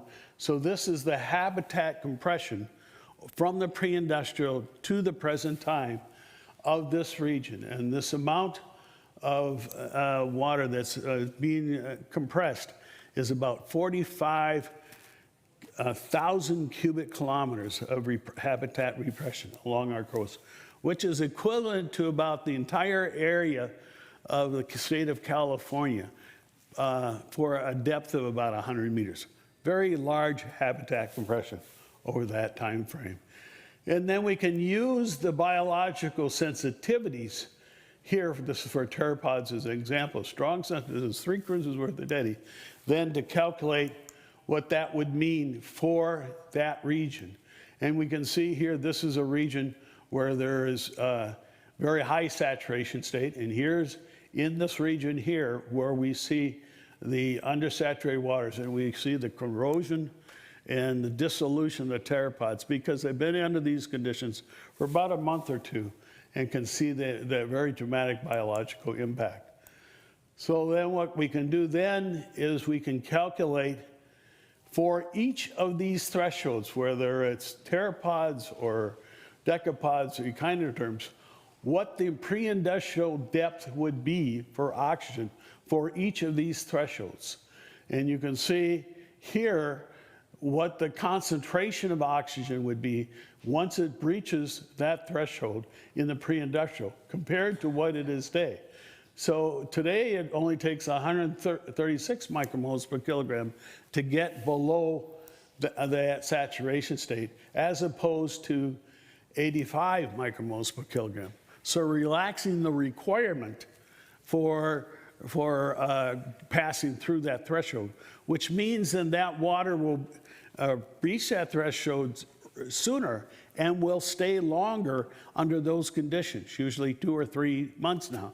And we see this in all of our mooring data, showing us breaching that threshold and staying there for a much longer time. And we can see that the difference in concentration is due to the anthropogenic CO2 that's building up in those water columns. So that's the connection between the two.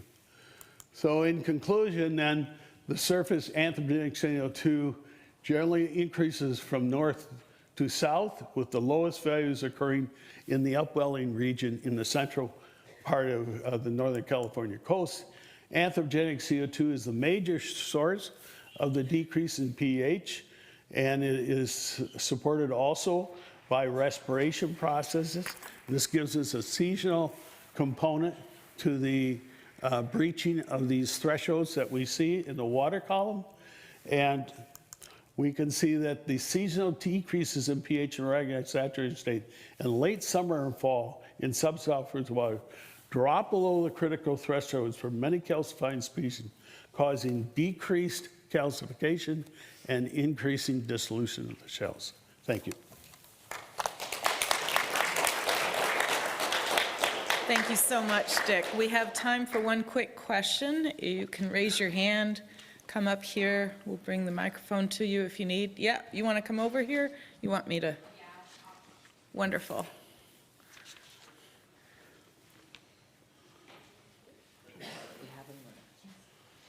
Hi, Richard. Great talk. I'm also based in the Pacific Northwest, so I saw a lot of your data was from summer 2021. So I was wondering if you hypothesized the results that you were going to see from all of the work that you had done in the past decade or so with similar stuff, or do you think the blob and the heat waves kind of made it more significant, I guess? Okay, so remember from the talks earlier this morning that if you have a heat wave, then that lowers the pH, okay?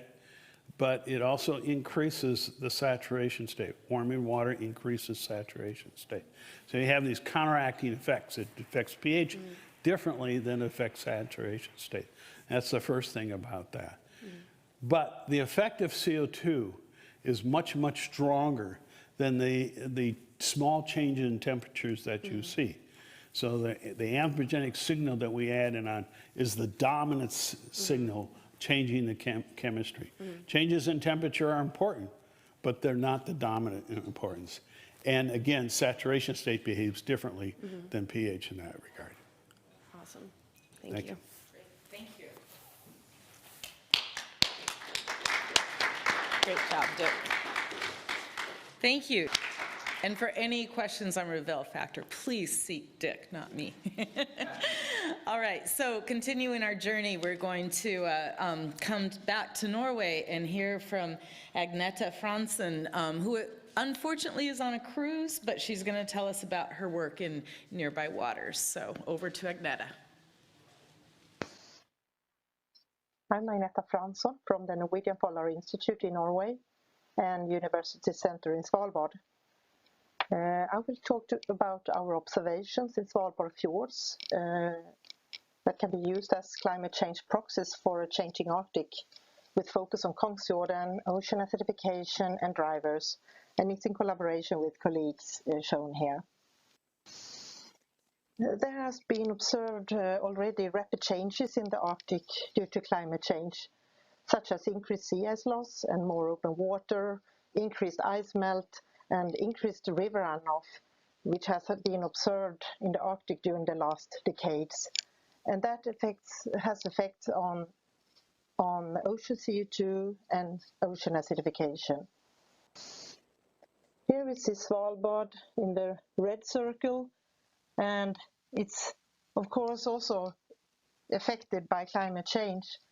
Svalbard has several fjords and glaciers, and I will today talk about Kongsfjorden, which is situated on the west coast of Spitsbergen, and how that is affected by climate change. There are retreating glaciers in Svalbard, such as Kronebren and Kongsfjorden in Kongsfjorden, and you see on the figure to the left-hand side We have retreating glaciers from blue, from 1860 in blue, and to 2010 in yellow. So there has been a large decrease in glaciers in the fjords. And this shown in a part of the Kongsfjorden and the photographs how decline in glacier.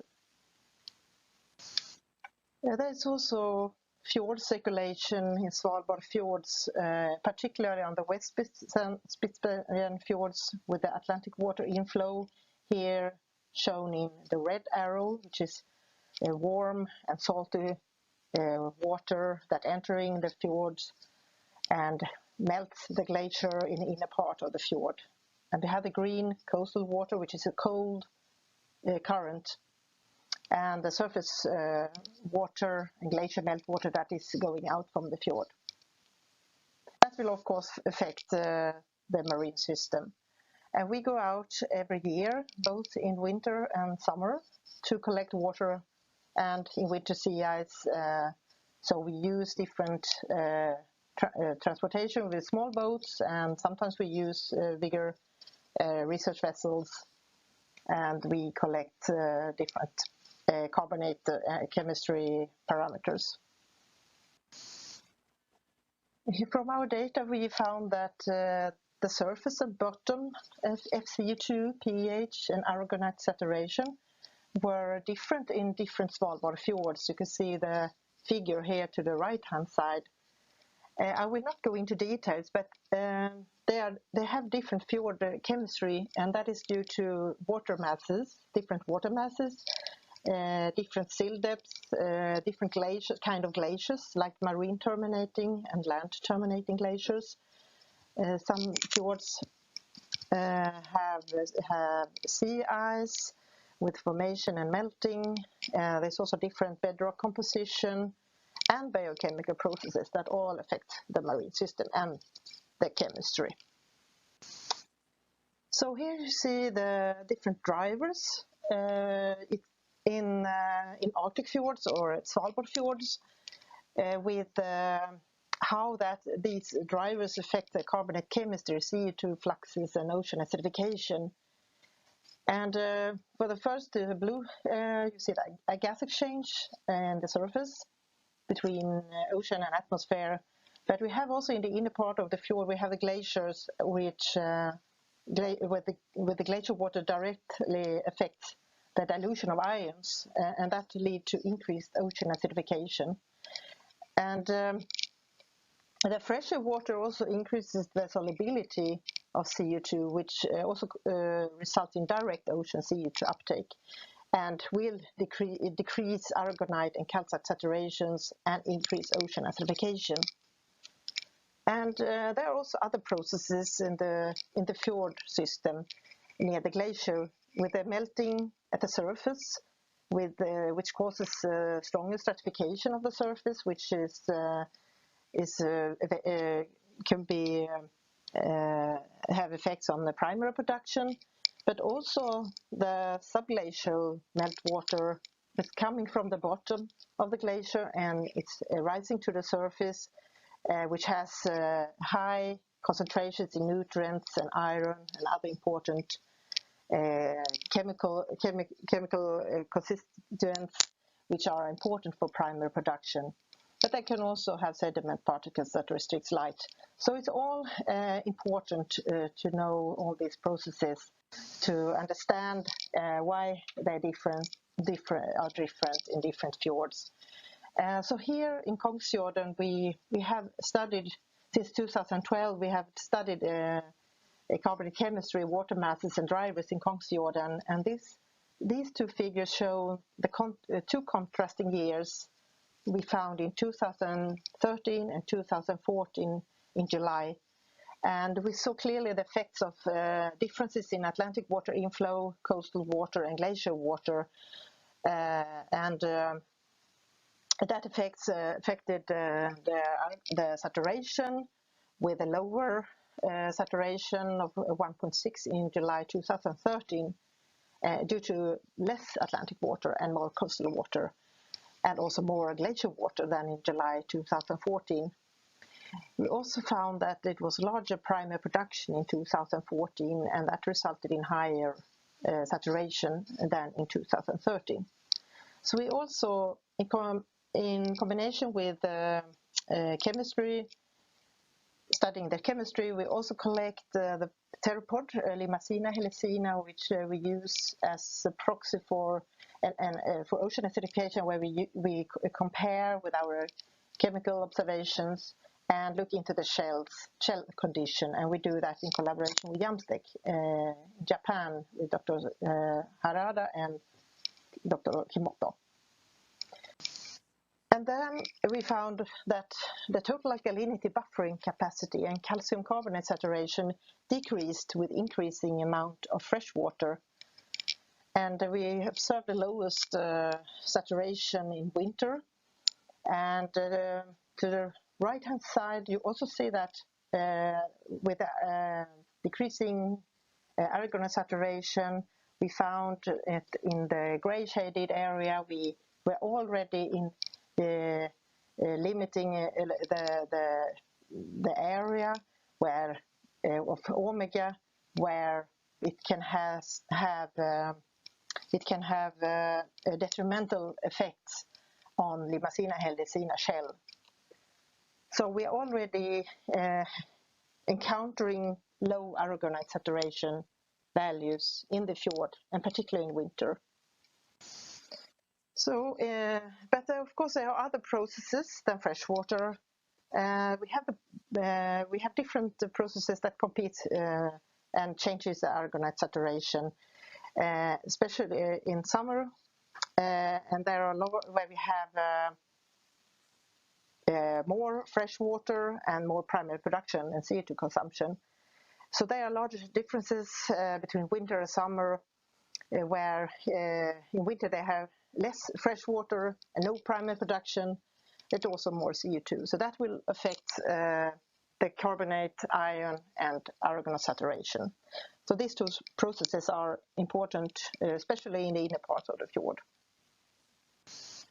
So we use Kongsfjorden and our time series there since 2012 to look into scenarios of different water masses and biochemical drivers. And we use the fjord as a climate change lab, which gives information on possible effects of climate change. So we have observed contrasting years with cold and warm year, with varying Atlantic water inflow and fresh water from glacier input, and effects on ocean carbonate chemistry and carbon cycling. So in a year where we have increased warm Atlantic water inflow, we will receive it will result in increased glacial meltwater, decreased pH and saturation in the inner part of the fjord. It will also cause stronger stratification of the surface with large primary production in spring, which increasing aragonite saturation and pH.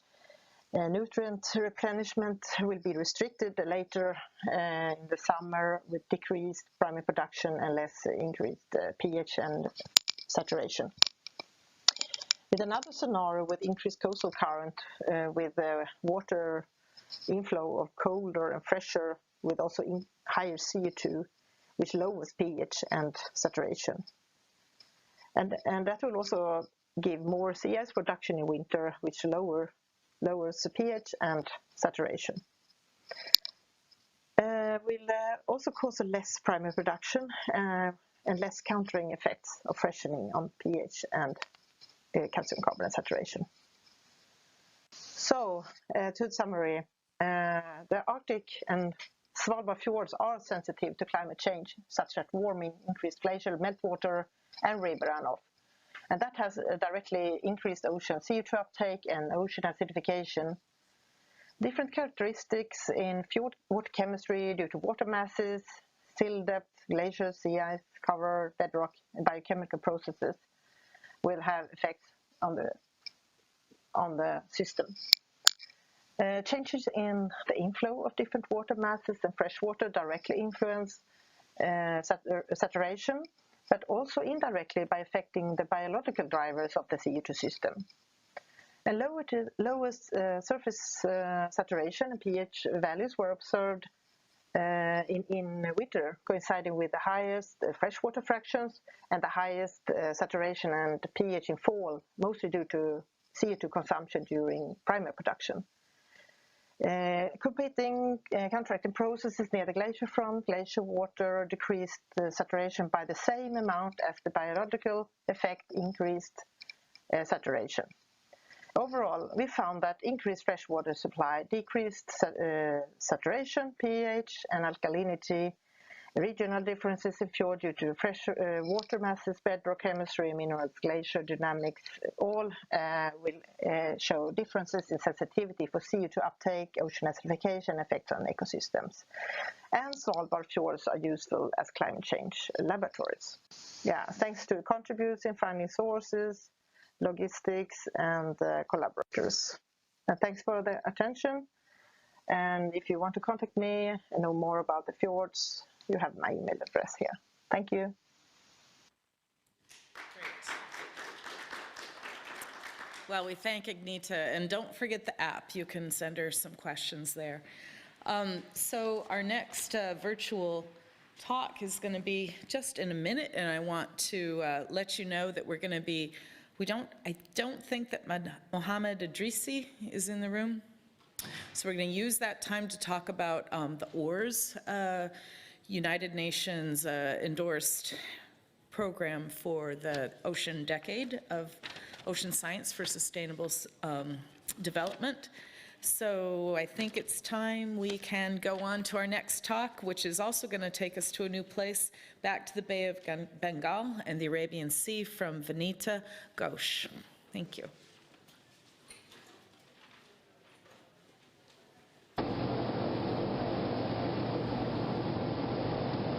Good afternoon and greetings to all the delegates present. It is a great pleasure for me to be able to present my research work in all your presence. The title of my presentation is Role of Ocean Acidification in Changing Characteristics of Coastal Ocean System in Bay of Bengal and Arabian Sea. Evidence from pre- and post-COVID-19 lockdown conditions. By this time, most of us are aware of the mechanism of carbon dioxide dissolution in the seawater from the air-sea interface. Among various other sources, the industrial emission of carbon dioxide facilitates more quicker dissolution of CO2, leading to the lowering of pH.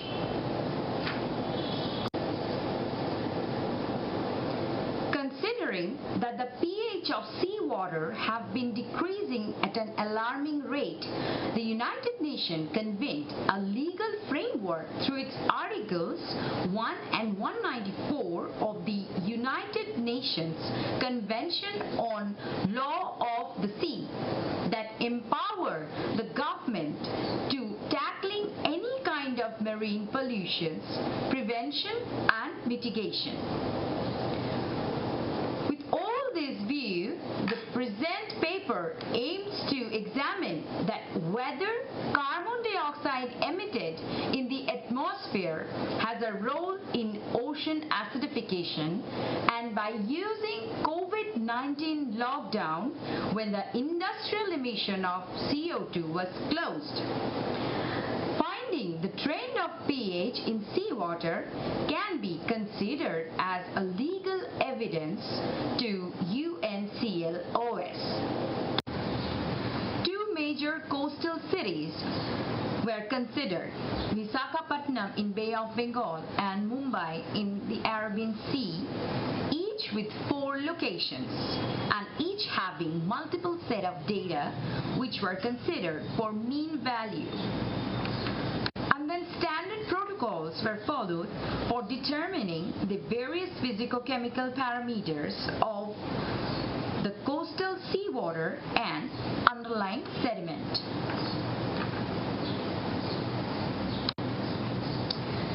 coming to the result and discussions.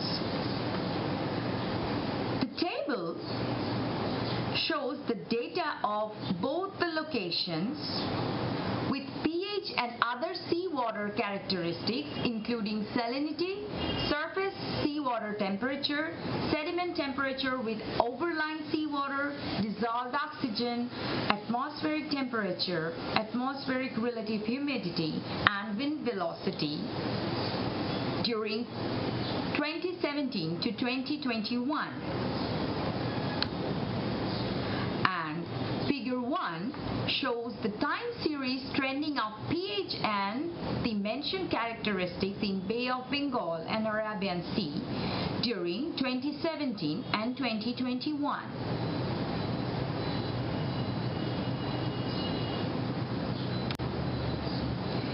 Considering only the pH, the figure 2 shows the time series trend of pH scale of coastal seawater in Bay of Bengal and Arabian Sea during the period of 2017 and 2021, where we can find a sharp increase in the pH scale following the year 2019.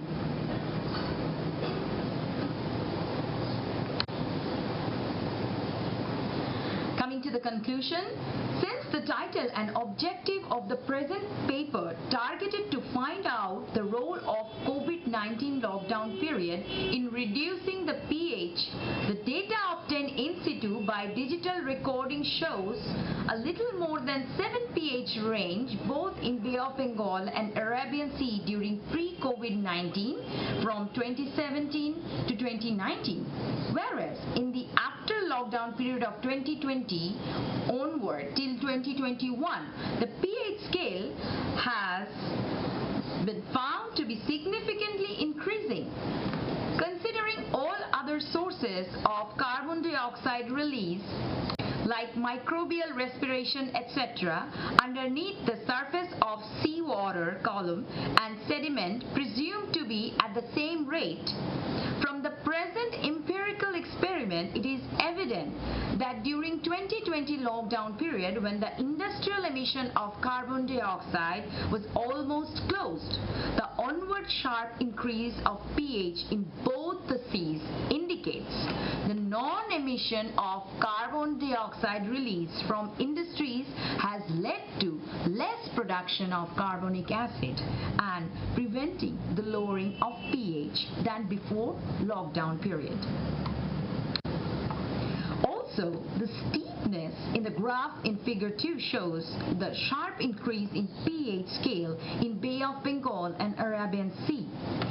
It can therefore be broadly presumed that the land-based sources of Bay of Bengal was more in number than the same situation in Arabian Sea. Here are a few references for this study. With this, I would like to conclude my talk. Thank you for your listening. Thank you very much.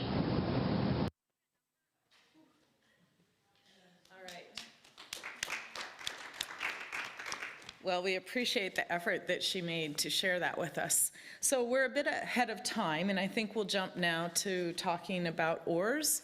Then we'll take a break, and then we'll reconvene.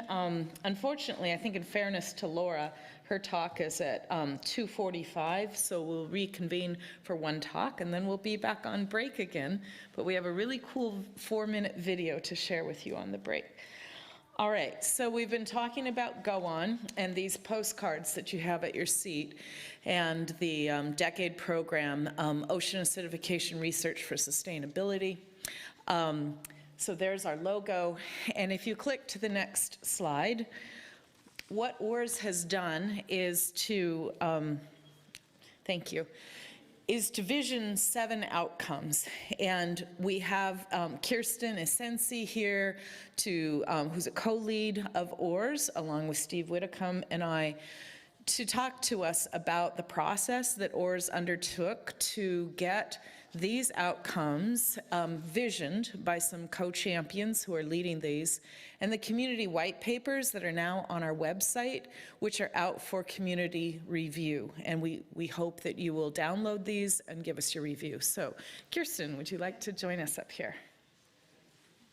Yeah, just a few words. You've seen me a lot already, I guess, today. Just on that, I think it was really, as well, with these decade programs, they seem to sometimes have a very broad vision, and one hardly knows how to achieve them. And this we wanted to make a little bit more clear. And therefore, under these outcomes, co-champions were really found, and they, together with their working groups, developed a framework to achieve these outcomes. It's still rather high level, but it kind of gives an indication, hopefully, for you as well to develop projects which can feed under these and which can help us to, really to achieve them.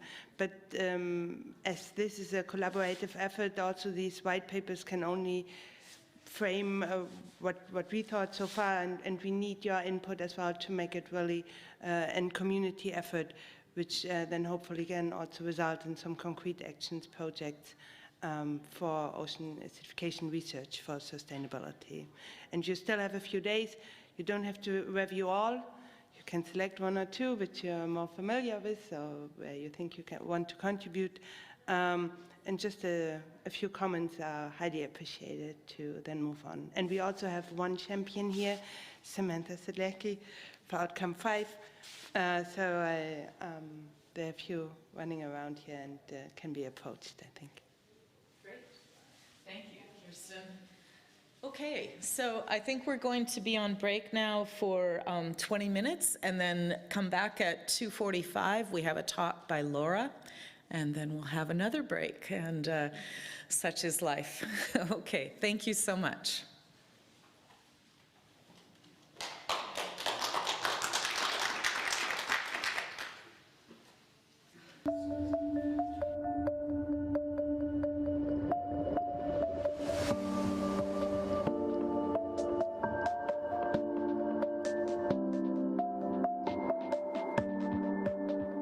Increased carbon emissions from human activity has not only changed our climate, but also ocean chemistry, decreasing pH in a process called ocean acidification, or OA. This global phenomenon causes stress to some marine organisms, including coral reefs that protect humans and ecosystems, some plankton that feed fish, and shellfish aquaculture that nurtures humans and stimulates local economies. OA warrants our immediate attention, as detailed by the Intergovernmental Panel on Climate Change, for which I was a lead author. We need action now.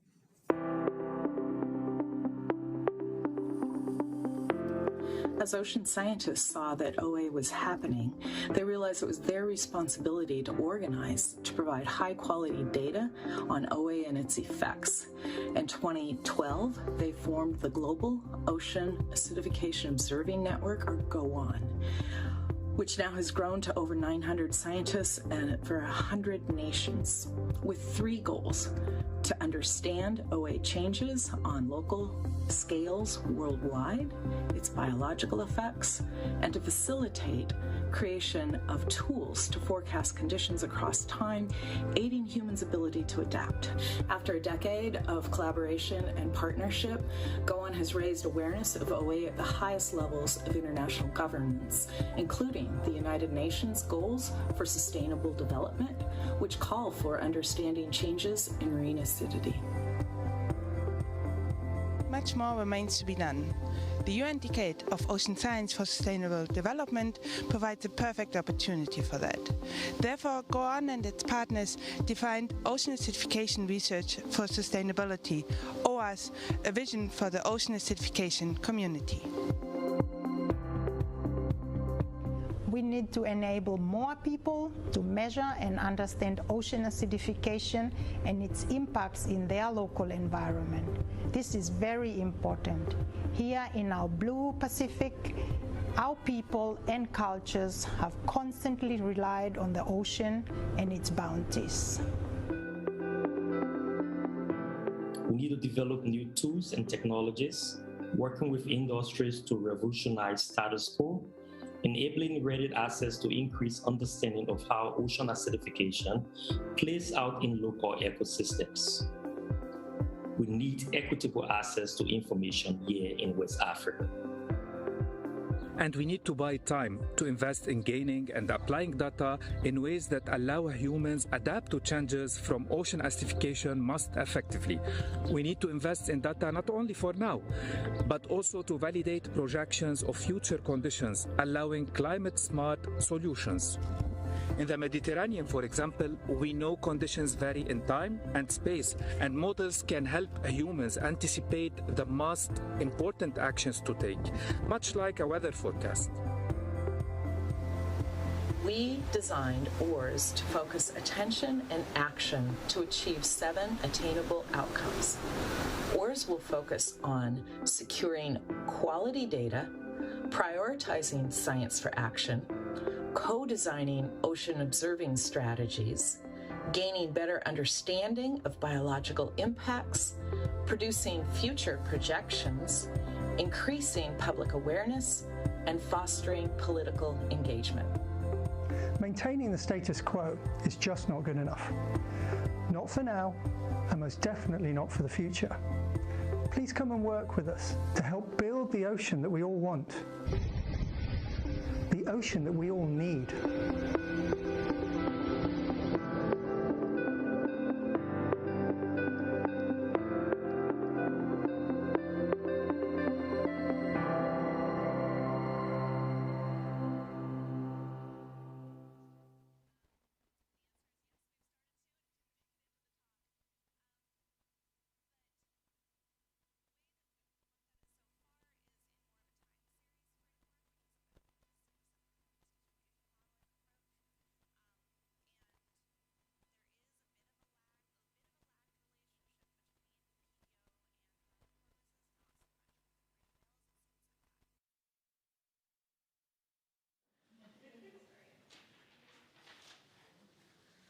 All right, to keep us on.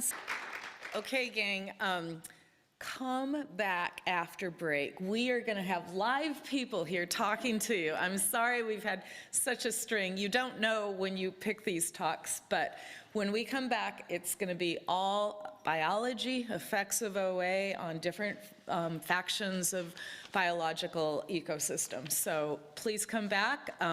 We're going to play the OARS video one time, but at a lower volume, just in case you didn't see it, or just in case you want to look at the pretty pictures. So come back after the break, and we'll have a whole host of speakers for you. Thank you.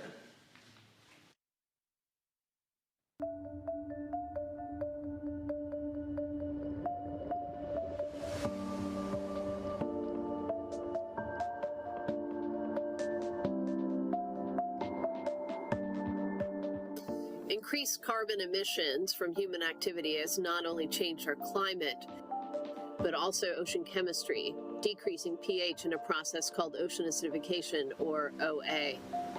This global phenomenon causes stress to some marine organisms, including coral reefs that protect humans and ecosystems, some plankton that feed fish, and shellfish aquaculture that nurtures humans and stimulates local economies. OA warrants our immediate attention, as detailed by the Intergovernmental Panel on Climate Change, for which I was a lead author. We need action now.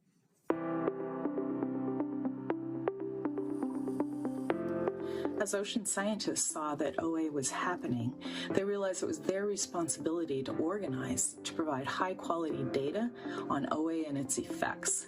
In 2012, they formed the Global Ocean Acidification Observing Network, or GOAN, which now has grown to over 900 scientists and for 100 nations, with 3 goals: to understand OA changes on local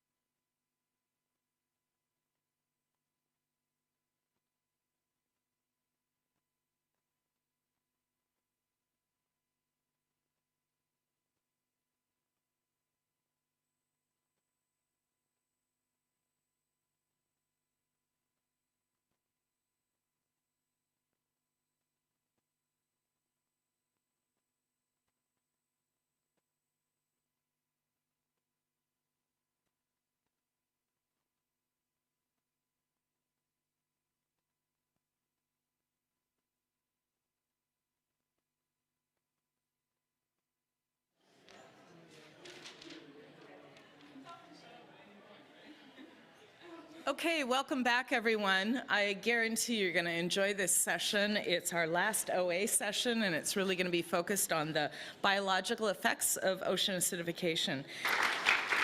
Okay, our next speaker is P Cochlan, staying with phytoplankton, but changing to talk about harmful algal bloom species. Bill, the floor is yours.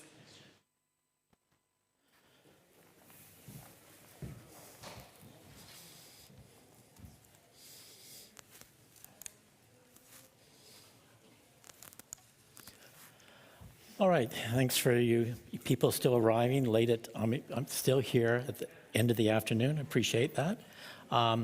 Today's talk is going to be much different than what we've seen today. It's a pure culture study, and we're trying to provide data that can be used by modelers to more effectively predict how harmful algal blooms will be greater in intensity and in severity of their toxin production.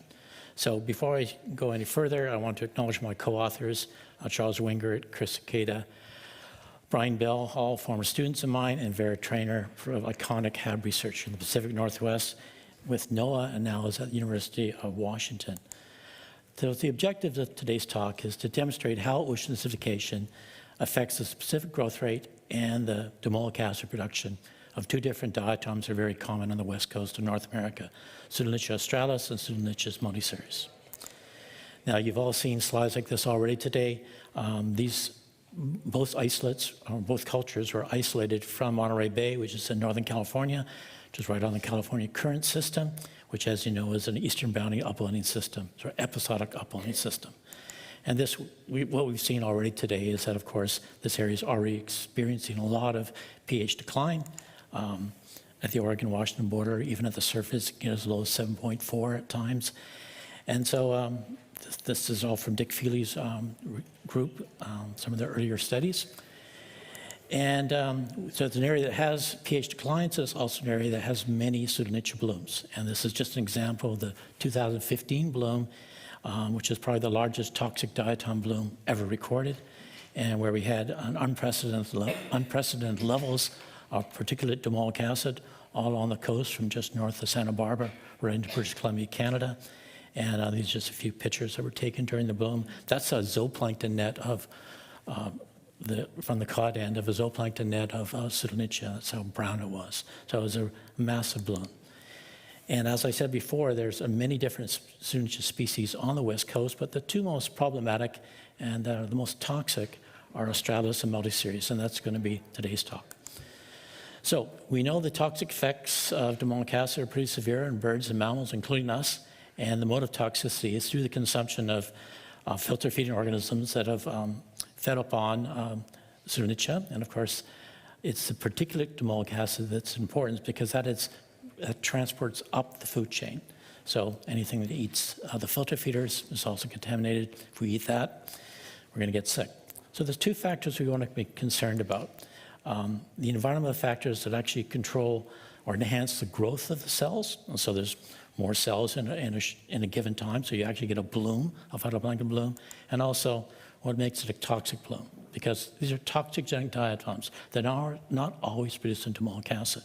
So what are the factors that enhance the production of particulate domoic acid by these diatoms? So as I mentioned before, it's a purely culture experiment. And it's sort of, we use the batch culturing approach because it's representative of the boom and bust scenario that you see in upwelling waters. Two species, we use multiple pH treatments, all using bubbled CO2. With australis, 4 pH levels, 8.1 down to 7.8, and with multiceres, we just had 3. And the important thing on this slide is just that we used enhanced or enriched seawater medium, and it was modified such that silicate always ran out first. So that was the growth limiting nutrient, which is often the case on the west coast of North America. All conducted in the lab, these Sanyo chambers, and this just shows, use pretty large flasks, 4-liter volume flasks, and then the bubble directly into the flask, and then the pH probes in there as well. And we had a feedback system, so-called automated, not that automated, but it did a very nice job, and so you have 15% CO2. And it's a system we've taken to sea as well. It's sort of a handmade, it's not off the shelf. It's kind of a mess, but it works. It works remarkably well, much better in the lab than at sea. So the method itself is, and the importance of this slide here is just that you're aware that it's all the cultures were acclimated for many generations, usually up to 24 to 30 generations. So at the various pH treatments. So for each group, they were totally acclimated to that pH level, and then they were split into triplicates, and then the experiments began. So we had a true replication during like 10-day experiment after they've been adapted or acclimated.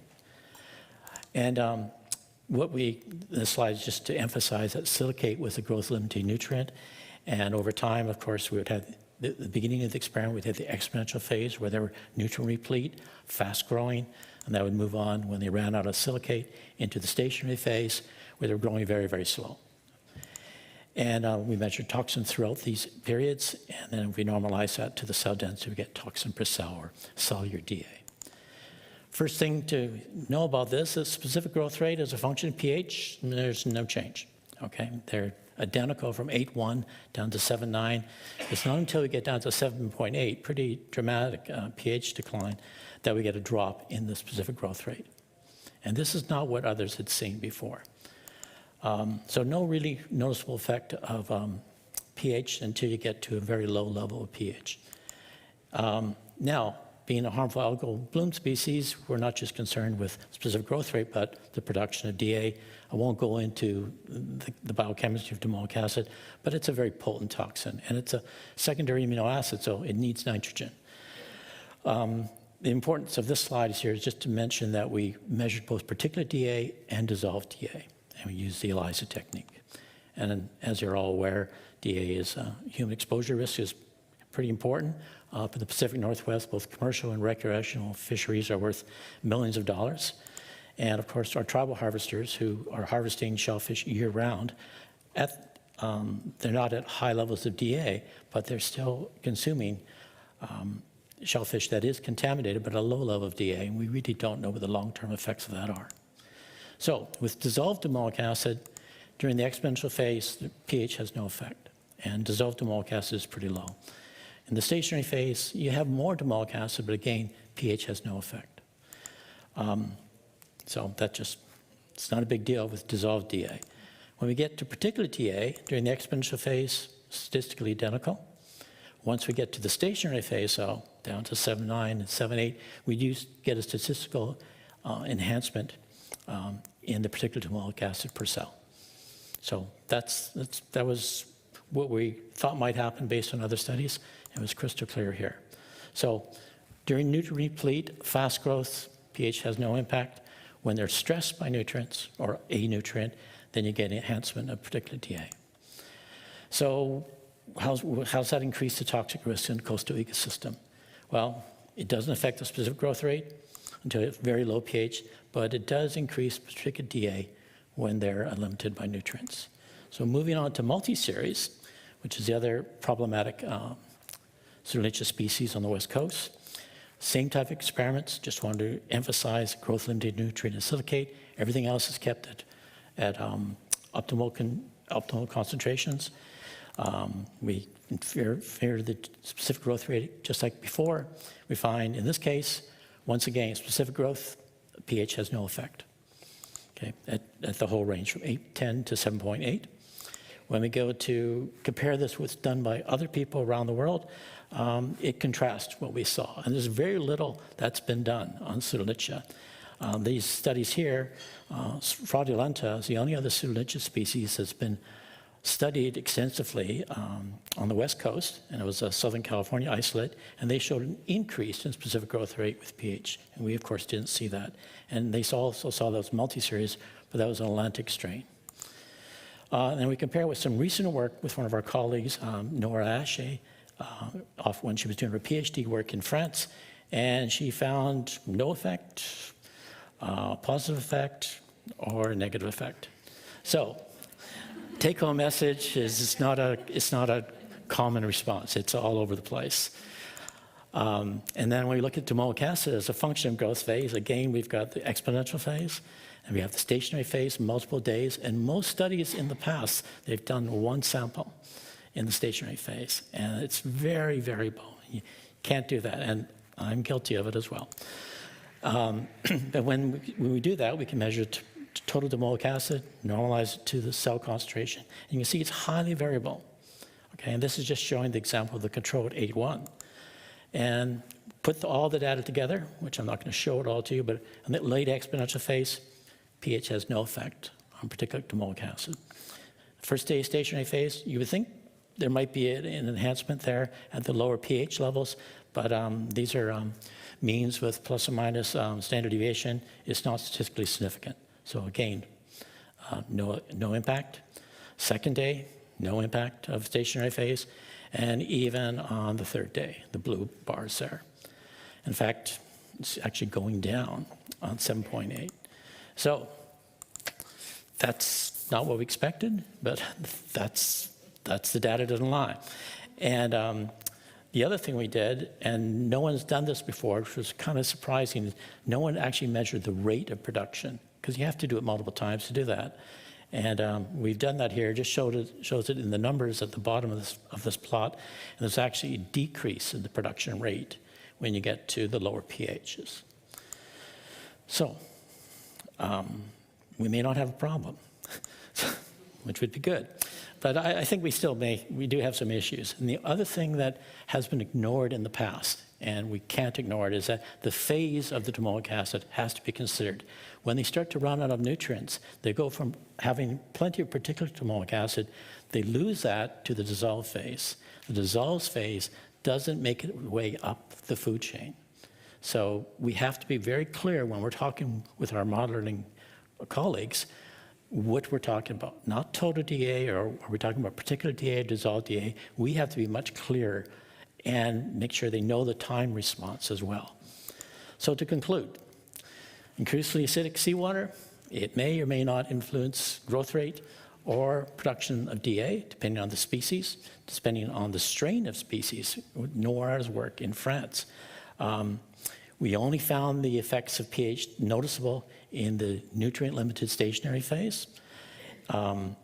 We strongly recommend that you use calculated rates of DA production, so you have multiple measures over time rather than a single one-shot measure of domoic acid per cell because of the dynamic nature. And we have to be aware of the fractions of domoic acid. Which phase are we talking about? Which has been ignored in the literature so far. So if we're going to be of any use to modelers to help them forecast when to expect increased toxic risks to our coastal communities, we have to do a better job of ensuring that we are very honest with our data and point out the limitations and what we're actually seeing. There's been too much of going with the flow. And there's my acknowledgement source, and thank you for your attention. And we have time for questions. Thank you. Misty, you want to come up? Dr. Peacock. Hi, Bill. Great talk. Thank you. How many generations did you let the Pseudonychia adapt to? 30 generations. 30 generations between the pH changes? Oh, each of them, we had them all going simultaneously. Okay. So we had them adapting. We had the ones at 8.1, 8, 7.8, 7.9, and they were all being adapted threefold growth cycles, which comes out to about anywhere from 25 to 30 generations. Before you did the experiment? Before we did the experiment. Okay, thank you. Great, we have time for another question. All right, I'll come up with something. Oh, Don't get off that easily. Yeah, I mean, your last statement about modeling, it presents kind of a difficult situation with so many variable response. Do you have any advice for where the community should go next? Well, if we're going to be able to model this, the experimental data they're going to use to parameterize these models has to come from isolates from the area of concern. We can't rely on some of the great work Steve Bates did 20 years ago off Prince Edward Island. We have to get isolates off Washington coast if we're going to deal with Washington. So it has to be, you have to be very regionally cognizant of where your species is coming from, how it's been maintained, how old it is, So it's very challenging because anyone that's growing diatoms or sulfur, they're cake to eat, to grow. Siedlecki, not quite as easy, and they don't last forever. You know, they only last for a couple years, and then they're of no use. Yeah. So you have to have fresh strains and from the area of concern. Great. Well, thank you, Bill, so much for a great talk. All right. Okay, Sierra Gray, are you in the audience? Sierra, please come up here. Sierra Gray is our next speaker, and she will be taking us into the next phase to talk about shellfish and starting out with oysters. Take it away, Sierra. Awesome. Thank you. Yep, so I'm going to be talking about some climate change co-stressors to juvenile Pacific oysters in a lab setting using temperature and PCO2 levels. First off, I'm doing this research on Nanaimo, Vancouver Island land, which is the traditional and unceded territory of the Coast Salish peoples and the traditional territory of the Nanaimo First Nation. So for a quick introduction to the stressors that I'll be discussing today, as we know, climate change has varieties of different stressors that we've come to research.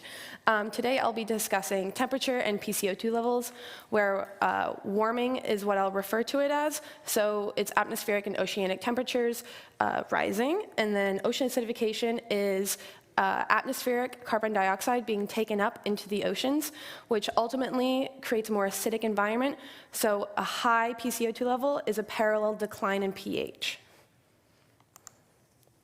So my species of interest is the Pacific oyster. I'll be working with juvenile Pacific oysters, but for some background context, they're a non-native intertidal species that's found worldwide. They're non-native to Vancouver Island and the Pacific Northwest.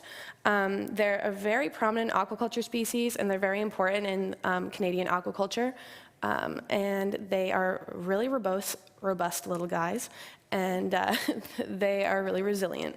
And also a key thing that I was interested in the beginning of this project was that they have calcium carbonate shells, so I wanted to kind of see as a hypothesis for myself if there was any responses with dissolving of the shells with PCO2. So this is my first objective. This is going to be the first half of my master's thesis. So I'll be discussing this one for the most part because it's completed. So we'll be looking at coinciding climate stressors and on the biological, physiological, and genomic responses of these oysters and seeing kind of which one is the bigger threat. Is it temperature? Is it PCO2? Or are they acting synergistically and kind of making it even worse when they're acting together?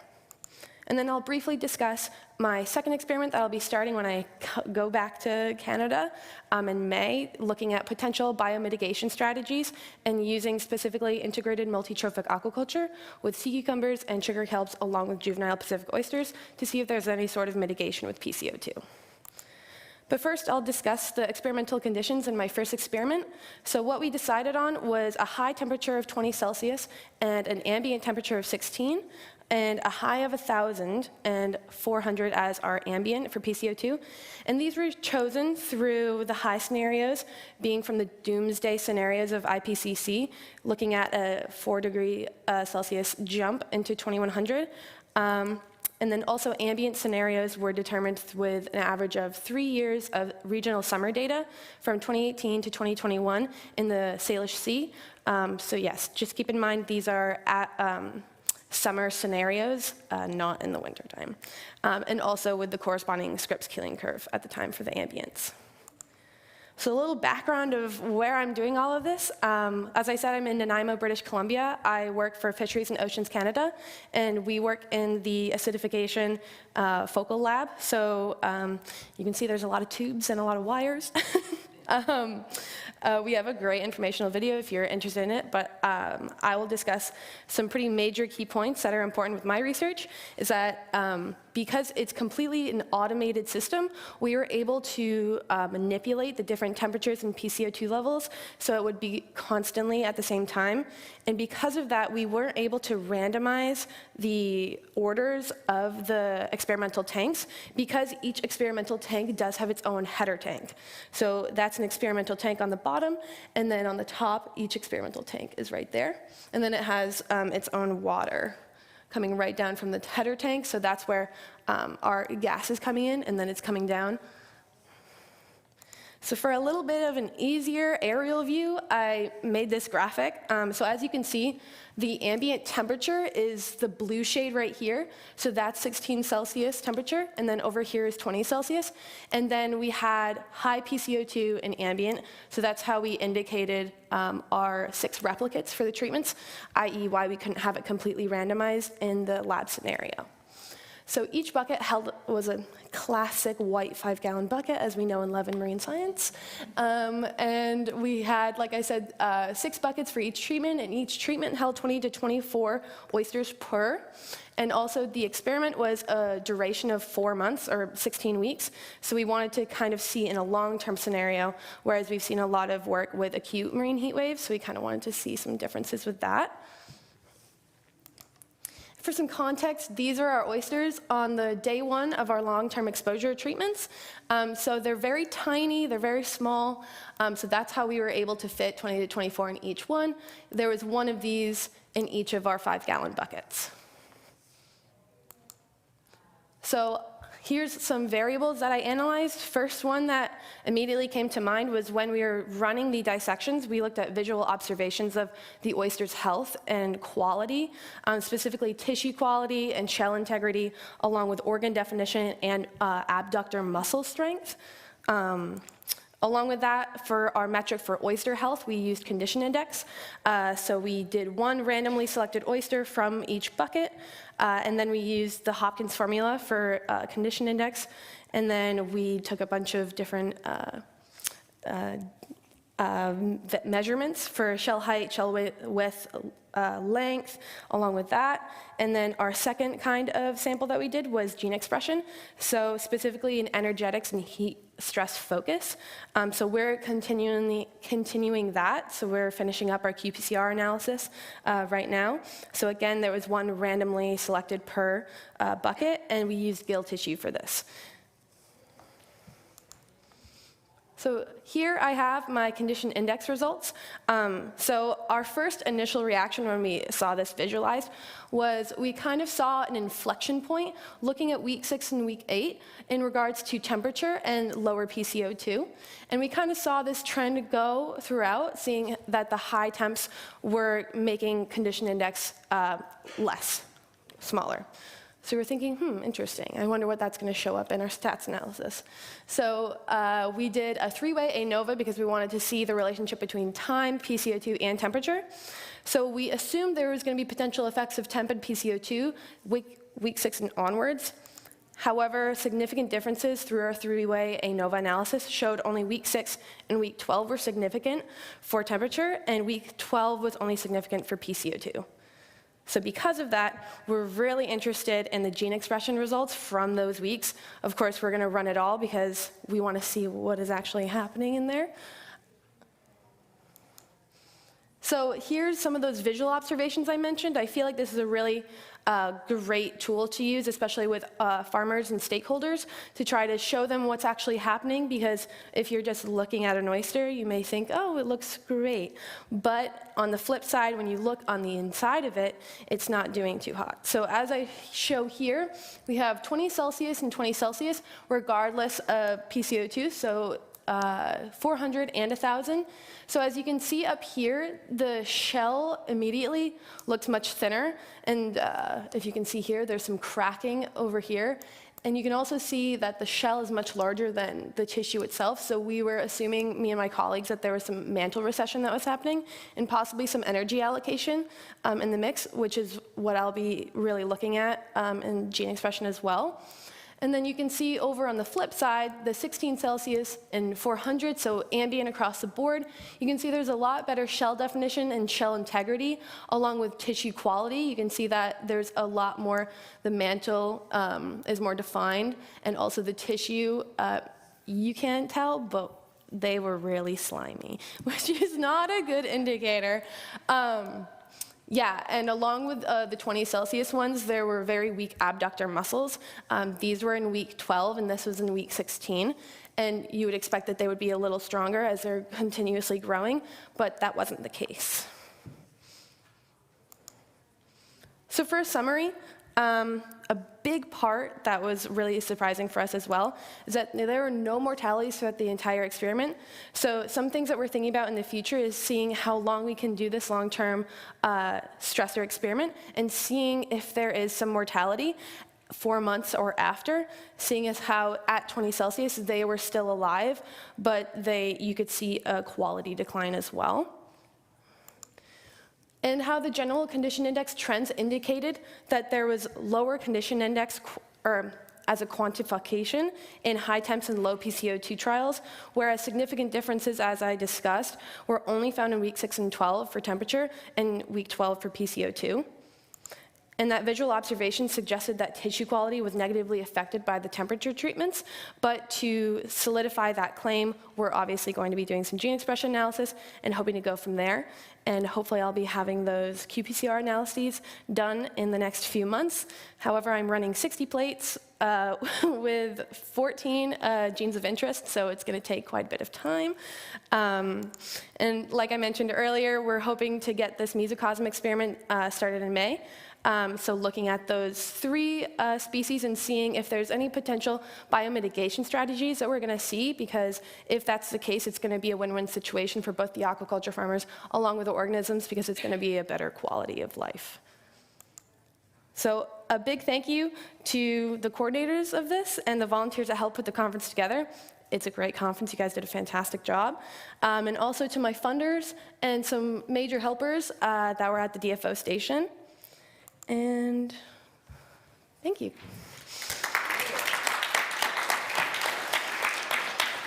It's a fantastic talk. We have time for questions. Questions for Sierra. Go ahead, Hrönn, and other people. Hi, thanks for a very good talk. I was just curious because many studies have been showing that when you move out of the natural range experienced by organisms, sometimes then you start seeing effects. So do you know the natural range of CO2 in the system they are from? So they were from a hatchery. I didn't mention that, but they were from the VIU, or Vancouver Island University's Deep Bay Marine Station, so they were brought up through a hatchery. And the natural range there, I guess they measure it, or do they? For PCO2, so it's quite interesting actually. The Salish Sea, if you guys are, if you're ever familiar with the area, specifically Deep Bay area, the PCO2 is pretty high, and the average pH in the water is like 7.7, but that's just what it is normally, which was pretty crazy because we ran the 4-month experiment starting in March and through like July, wrapping it up.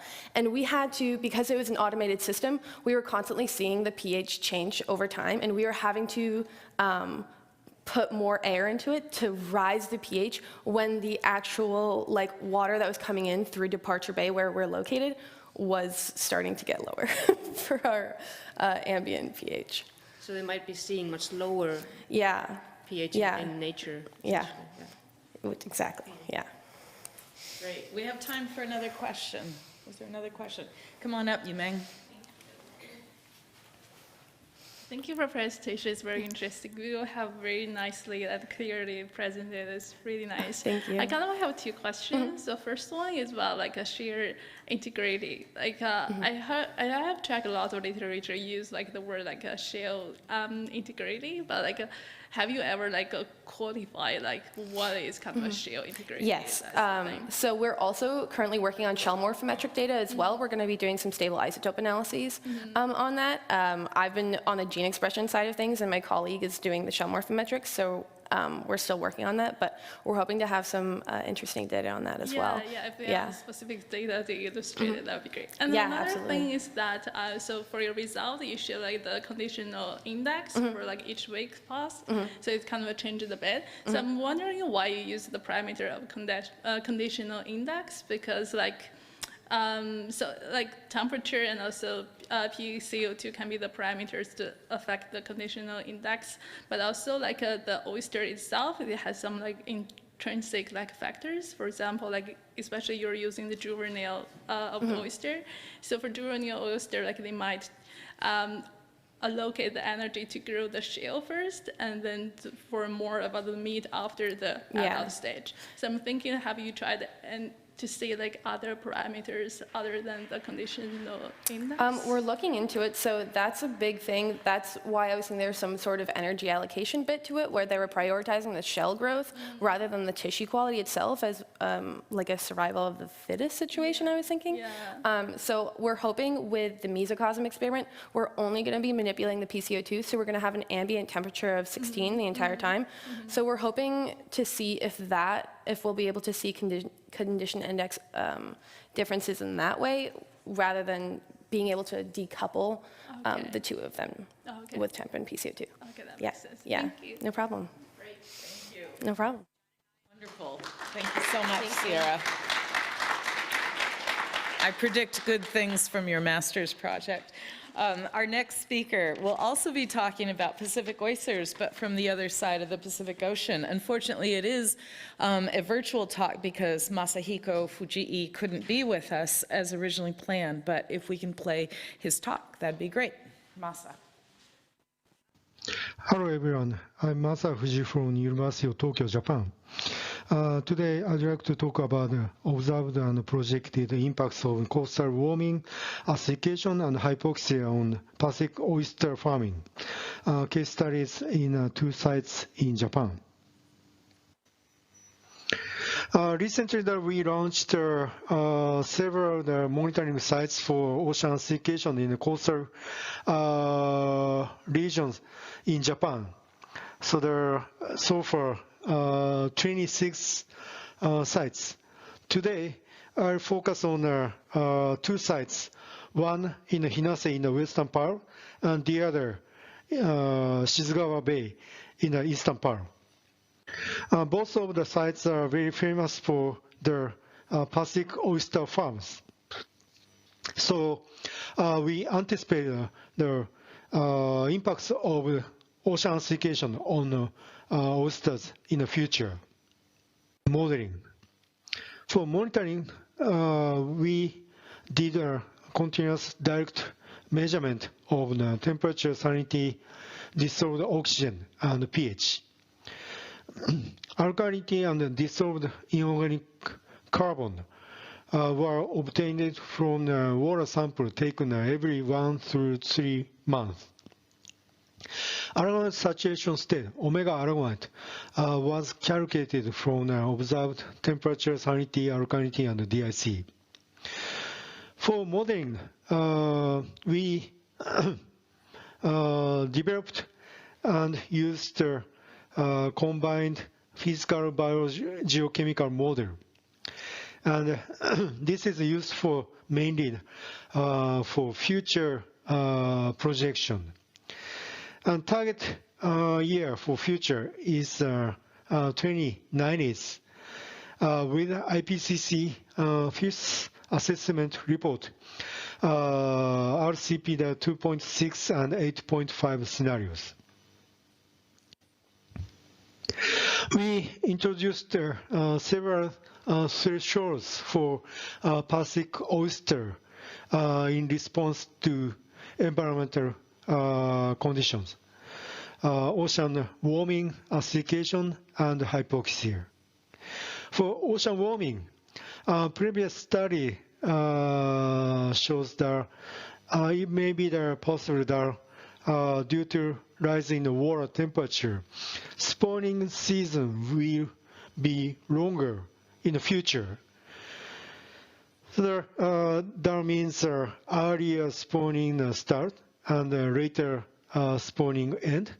So there are several thresholds shown here to express their spawning period change. For ocean acidification, previous study showed that at a certain level of the omega aragonite, Pacific oyster larvae will be impacted by the ocean acidification. So here we used the threshold of the 1.5 for omega aragonite. And for hypoxia, previous study shows that if the dissolved oxygen concentration of the is less than around 200 micromole per kilogram, Pacific oyster larvae can be affected. So we used these thresholds for our study.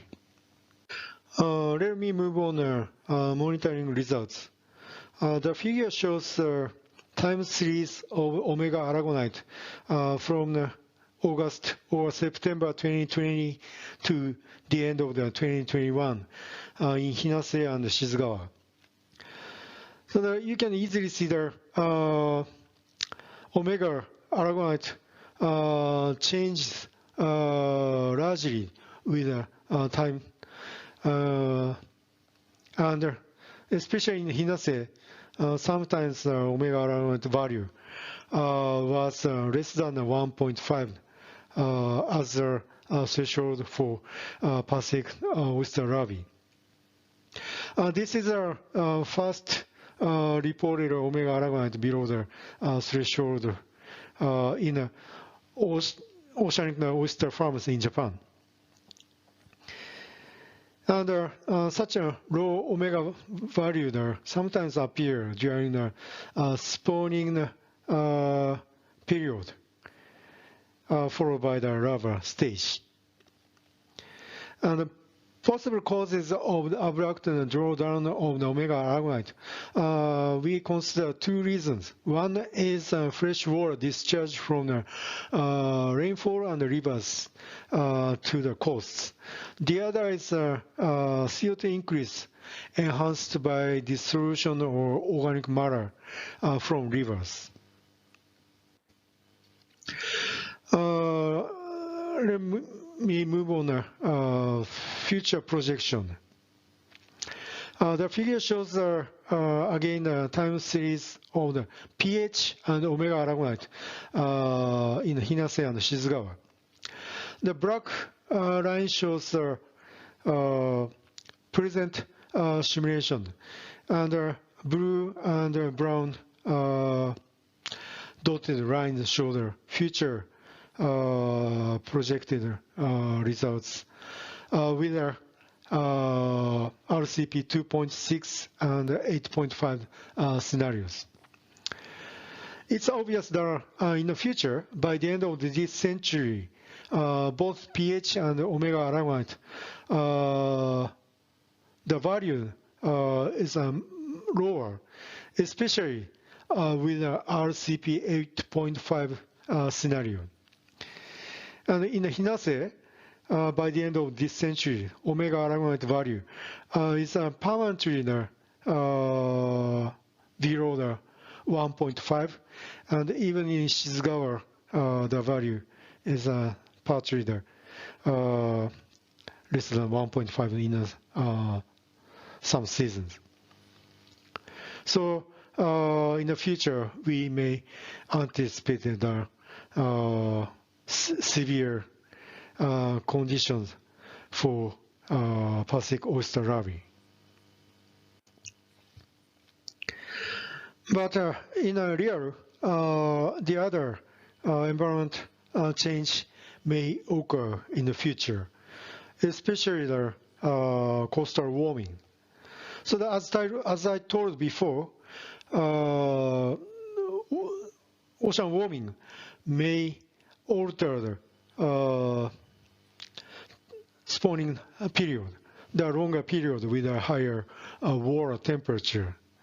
So in the future, of course, the water temperature is rising by the end of this century, especially with the RCP 8.5 scenario. Especially in the Shizugawa region. So spawning season is projected to be the longer, with the earlier spawning season and much longer and delayed end of the spawning by 2 months in Shizugawa. So if we consider the combined impacts of ocean warming and acidification, on the Pacific oysters. Of course, the more severe acidity condition for larvae in most of the time in these two sites, and a longer spawning period that may shorten the oyster shipping period and the lower quality of the oysters. So in the future, we may anticipate the combined impacts on Pacific oysters themselves and local fisheries in these sites. As for the impacts of the hypoxia on Pacific oysters, so far we don't see the severe impacts anticipated in the future. But if we see the things in a shorter time scale, like the daily fluctuation, of course the DO fluctuate largely daily. Maybe the at night or dawn, sometimes Pacific oysters may be affected by hypoxia, especially in the bottom layer, more in the future. So let me summarize this study. This is our first study that reported omega aramide below the threshold of the 1.5 in oceanic oyster farms in Japan. Although no impacts on larvae identified by microscopic examination. And the low omega value appear after heavy rainfall, especially near the river mouth and sometimes during the Pacific oyster spawning period. And more severe conditions for Pacific oyster larvae are anticipated in the future by combined impacts of the coastal warming and acidification, even with more frequent and intensified heavy rainfall caused by climate change-driven extreme events. If we consider the difference of the future projected results between RCP scenarios, I could say the mitigation are still effective, but along with the mitigation, local adaptation measures can be effective for future oyster farming, such as regulation of fresh water and organic matter inflow from rivers and the change of the oyster farming form. So this is the end of my talk. Thank you for your kind attention.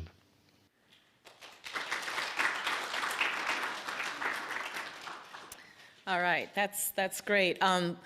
To keep us on time, I just want to mention that after our last talk at 6 o'clock, there is the poster session. We have 15 posters from this session. They are in Dragons 7A. There be dragons. I hear it's the one farthest to the left, and I hear that the OA posters are, once you go in, farthest to the left. So just stay on the left, and things should be good. All right. All right, our final speaker of the day. I only flew through Reykjavik, so I'm going to botch your name.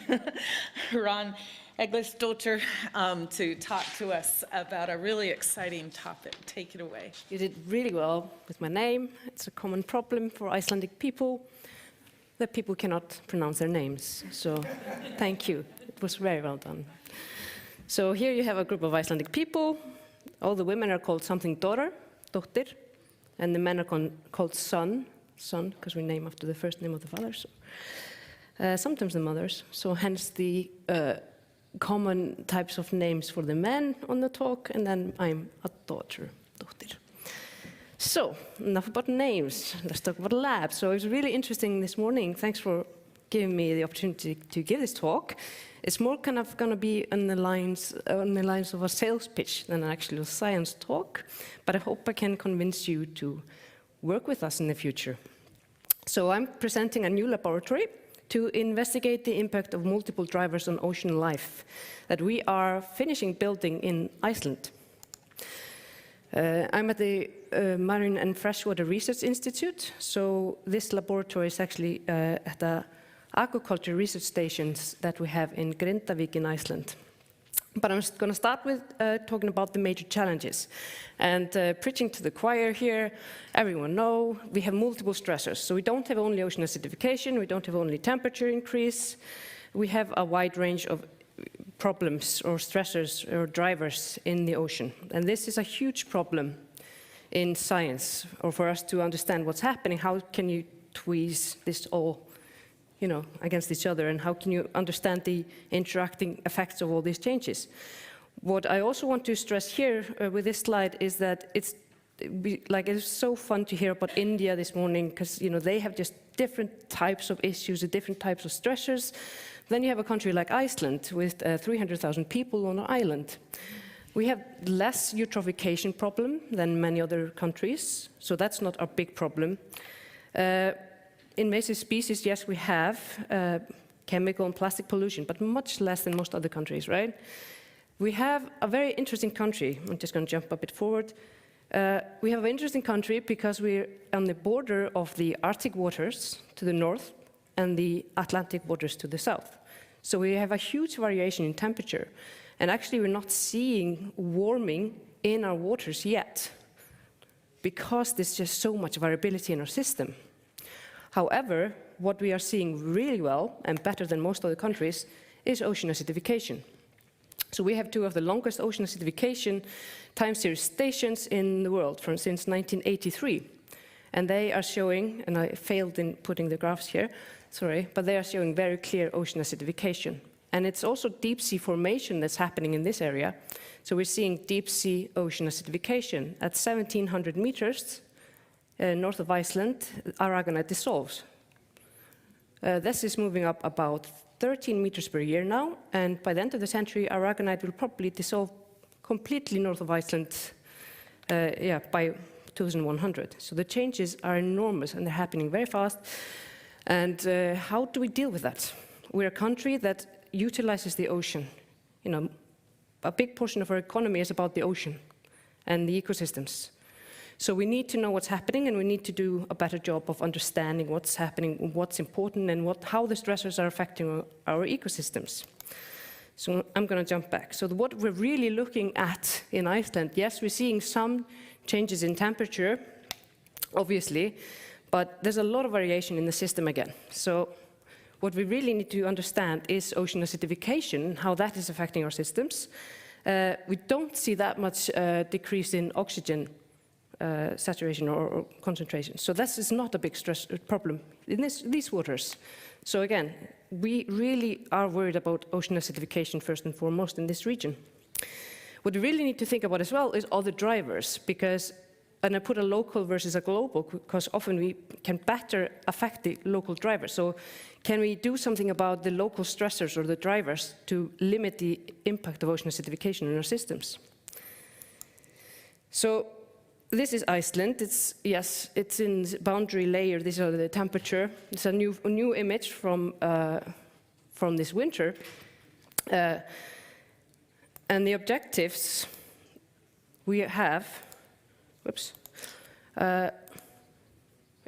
So the objectives of what we're doing are various. So why do we want to build a lab in Iceland? It's like a rock in the middle of nowhere, right? Who wants to come there? I'll convince you why you want to come there. So we really want to further understanding of the impact of multiple stressors, because if you're looking at ocean acidification, you really need to understand what else is happening where you have ocean acidification.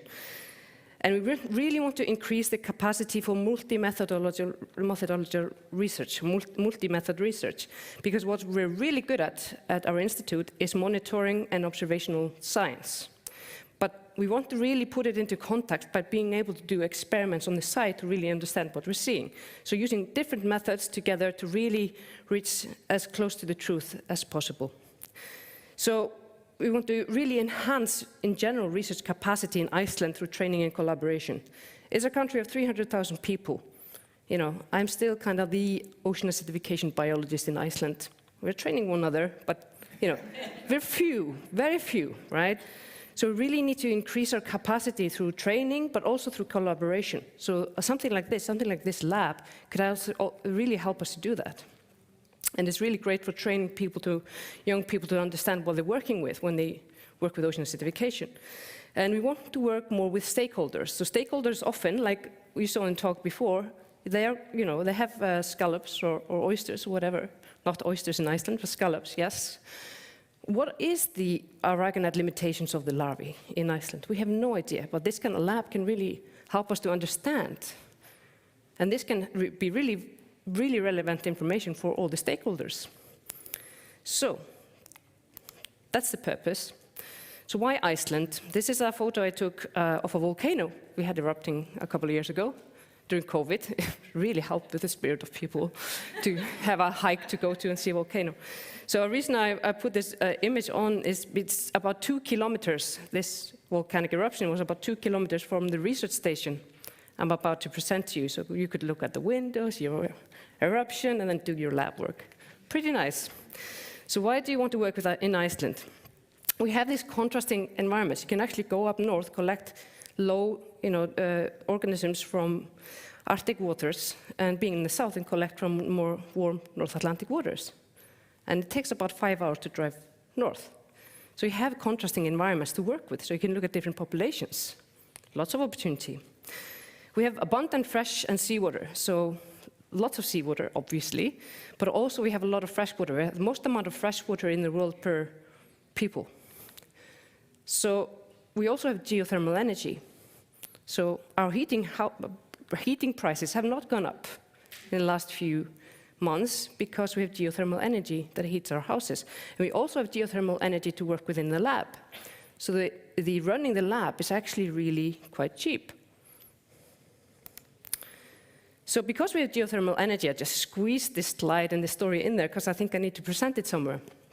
So many people had been asking, do you have CO2 vents, like in Ischia and somewhere else, right? I asked myself, so we did some surveys. So in the last few years, we've been doing some surveys of that. So it's an extra bonus the poster people don't get to see. So we did some bubble hunt, we called it. We did a bubble hunt in Iceland. So we knew there's a lot of hydrothermal vents in Iceland near shore.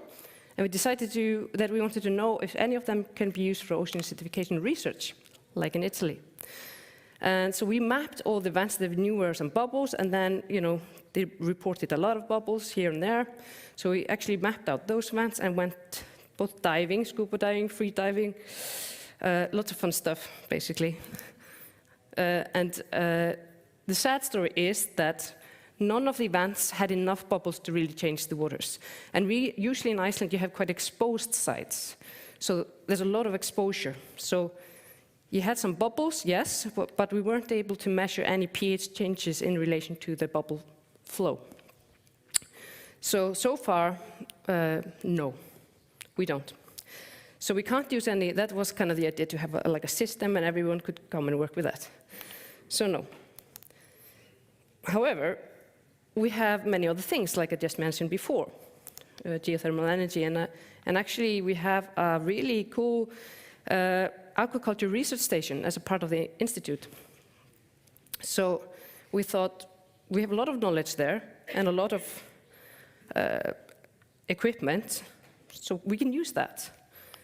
So I'm basically presenting in this poster and today this station and the lab we built there. And in 2019, we got a fund about €1 million from the government to actually increase ocean acidification research in Iceland, because we were saying it's a huge problem, we're not doing anything. And we decided to allocate part of that money to build this station. So this is from the governmental money. And we have abundant seawater from a borehole. So the borehole system is such, the seawater is filtered through basalt, so you don't actually need to sterilize it with, ozone or whatever. It's perfectly fine and clear, and you can use it directly. So we have geothermal energy for heating, so we can change the temperature through geothermal energy, and hydropower for cooling. So that's also quite cheap. So the temperature can range between 2 and 20 degrees Celsius. Tanks of various sizes in the station, including these huge tanks. And we have facilities to culture live feeds for small young fish, for example. And we have recently been culturing Atlantic cod lumpfish, Arctic char wolffish, macroalgae various types, and abalones, non-native, by the way. So we have done a lot of culturing, and there's a lot of knowledge in the station of just how to culture things. So we decided to take part of the station and build an experimental laboratory. And here's a schematic of it. So it's 45 tanks, 60 centimeters in diameter and 100 centimeter deep. Massive aeration tanks, because the borehole seawater is a bit high in CO2, so we aerate it a lot to bring it up to 8.1 in pH. And the laboratory can now be adapted to various experimental designs, because it's 45 tanks, so you can actually run 2 experiments at the same time, preliminary experiments, so we have a lot of adaptation that we can do. And we have a system already for temperature changes. We are building a system for CO2, changing the CO2 in a feedback control system for changing the CO2 in the tanks. And then you have all the other options of, we want to understand the interaction with the light, how does, ocean acidification affect temperature ranges of organisms, food availability, you can look at food availability in relation to temperature and CO2, oxygen concentration as well, contaminants, you name it. So here's a video, I don't know if it plays. Do I do something or just? I was playing video. It's not interesting, but it's showing fish move. So at least there's some movement there, which kind of helps by making things. Yeah, so I wanted to tell you about an experiment that's actually going on already. So we have a first experiment, and it's only temperature experiment, but we have a capelin. And capelin is a cold water adapted fish. North of Iceland is really valuable for the industry. And it's actually moved its migration patterns in relation to warming. So we know warming affects it. But no one knows actually what's the temperature limitation of capelin. So we've been doing studies trying to understand what is the temperature limitation of capelin. And here you can see capelin swimming in the tanks. I don't know what I'm doing here. It's just really slow. So it's coming. So here's our capelin, and we were able, first time ever in the world, we were able to rear it from and hatch it and everything in the lab. So these are people that really know what they're doing, that are working there. All right. Anyway, so I just wanted to encourage you to come and see my poster and just talk to me if you're interested and want to know more, or keep in touch for future potential projects. Just feel free to get in touch and let me know. Oh, thanks.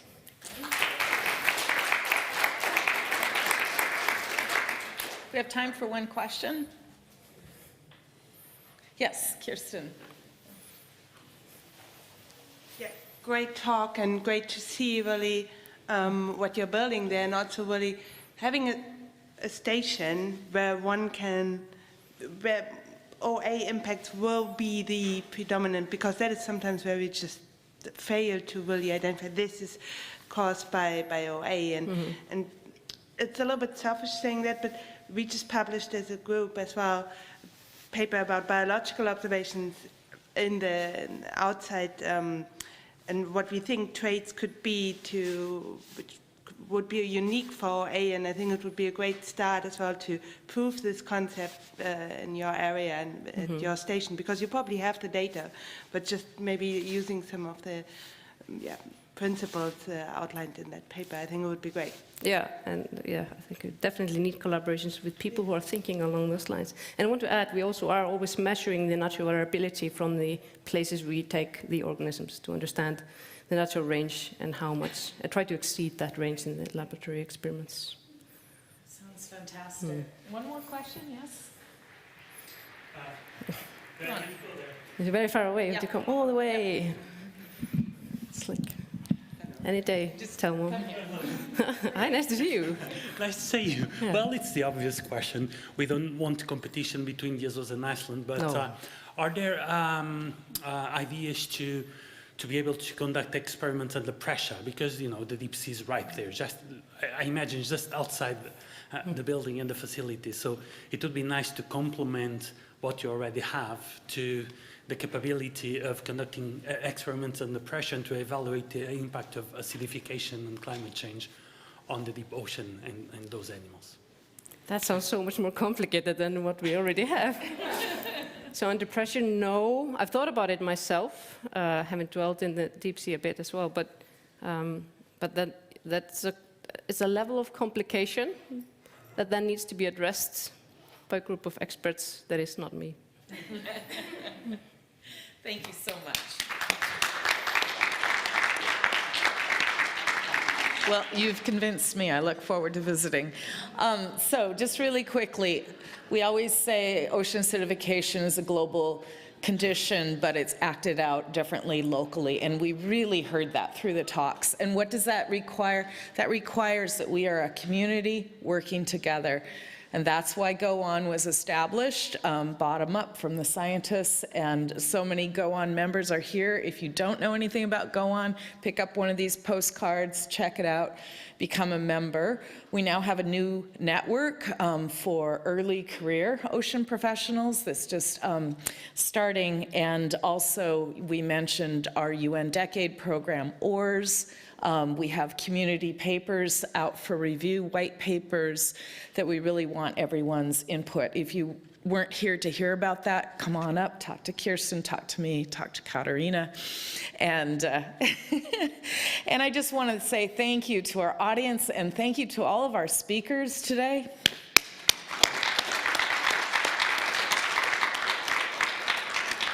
And so let's go take a break and then show up for the poster session. Thank you so much.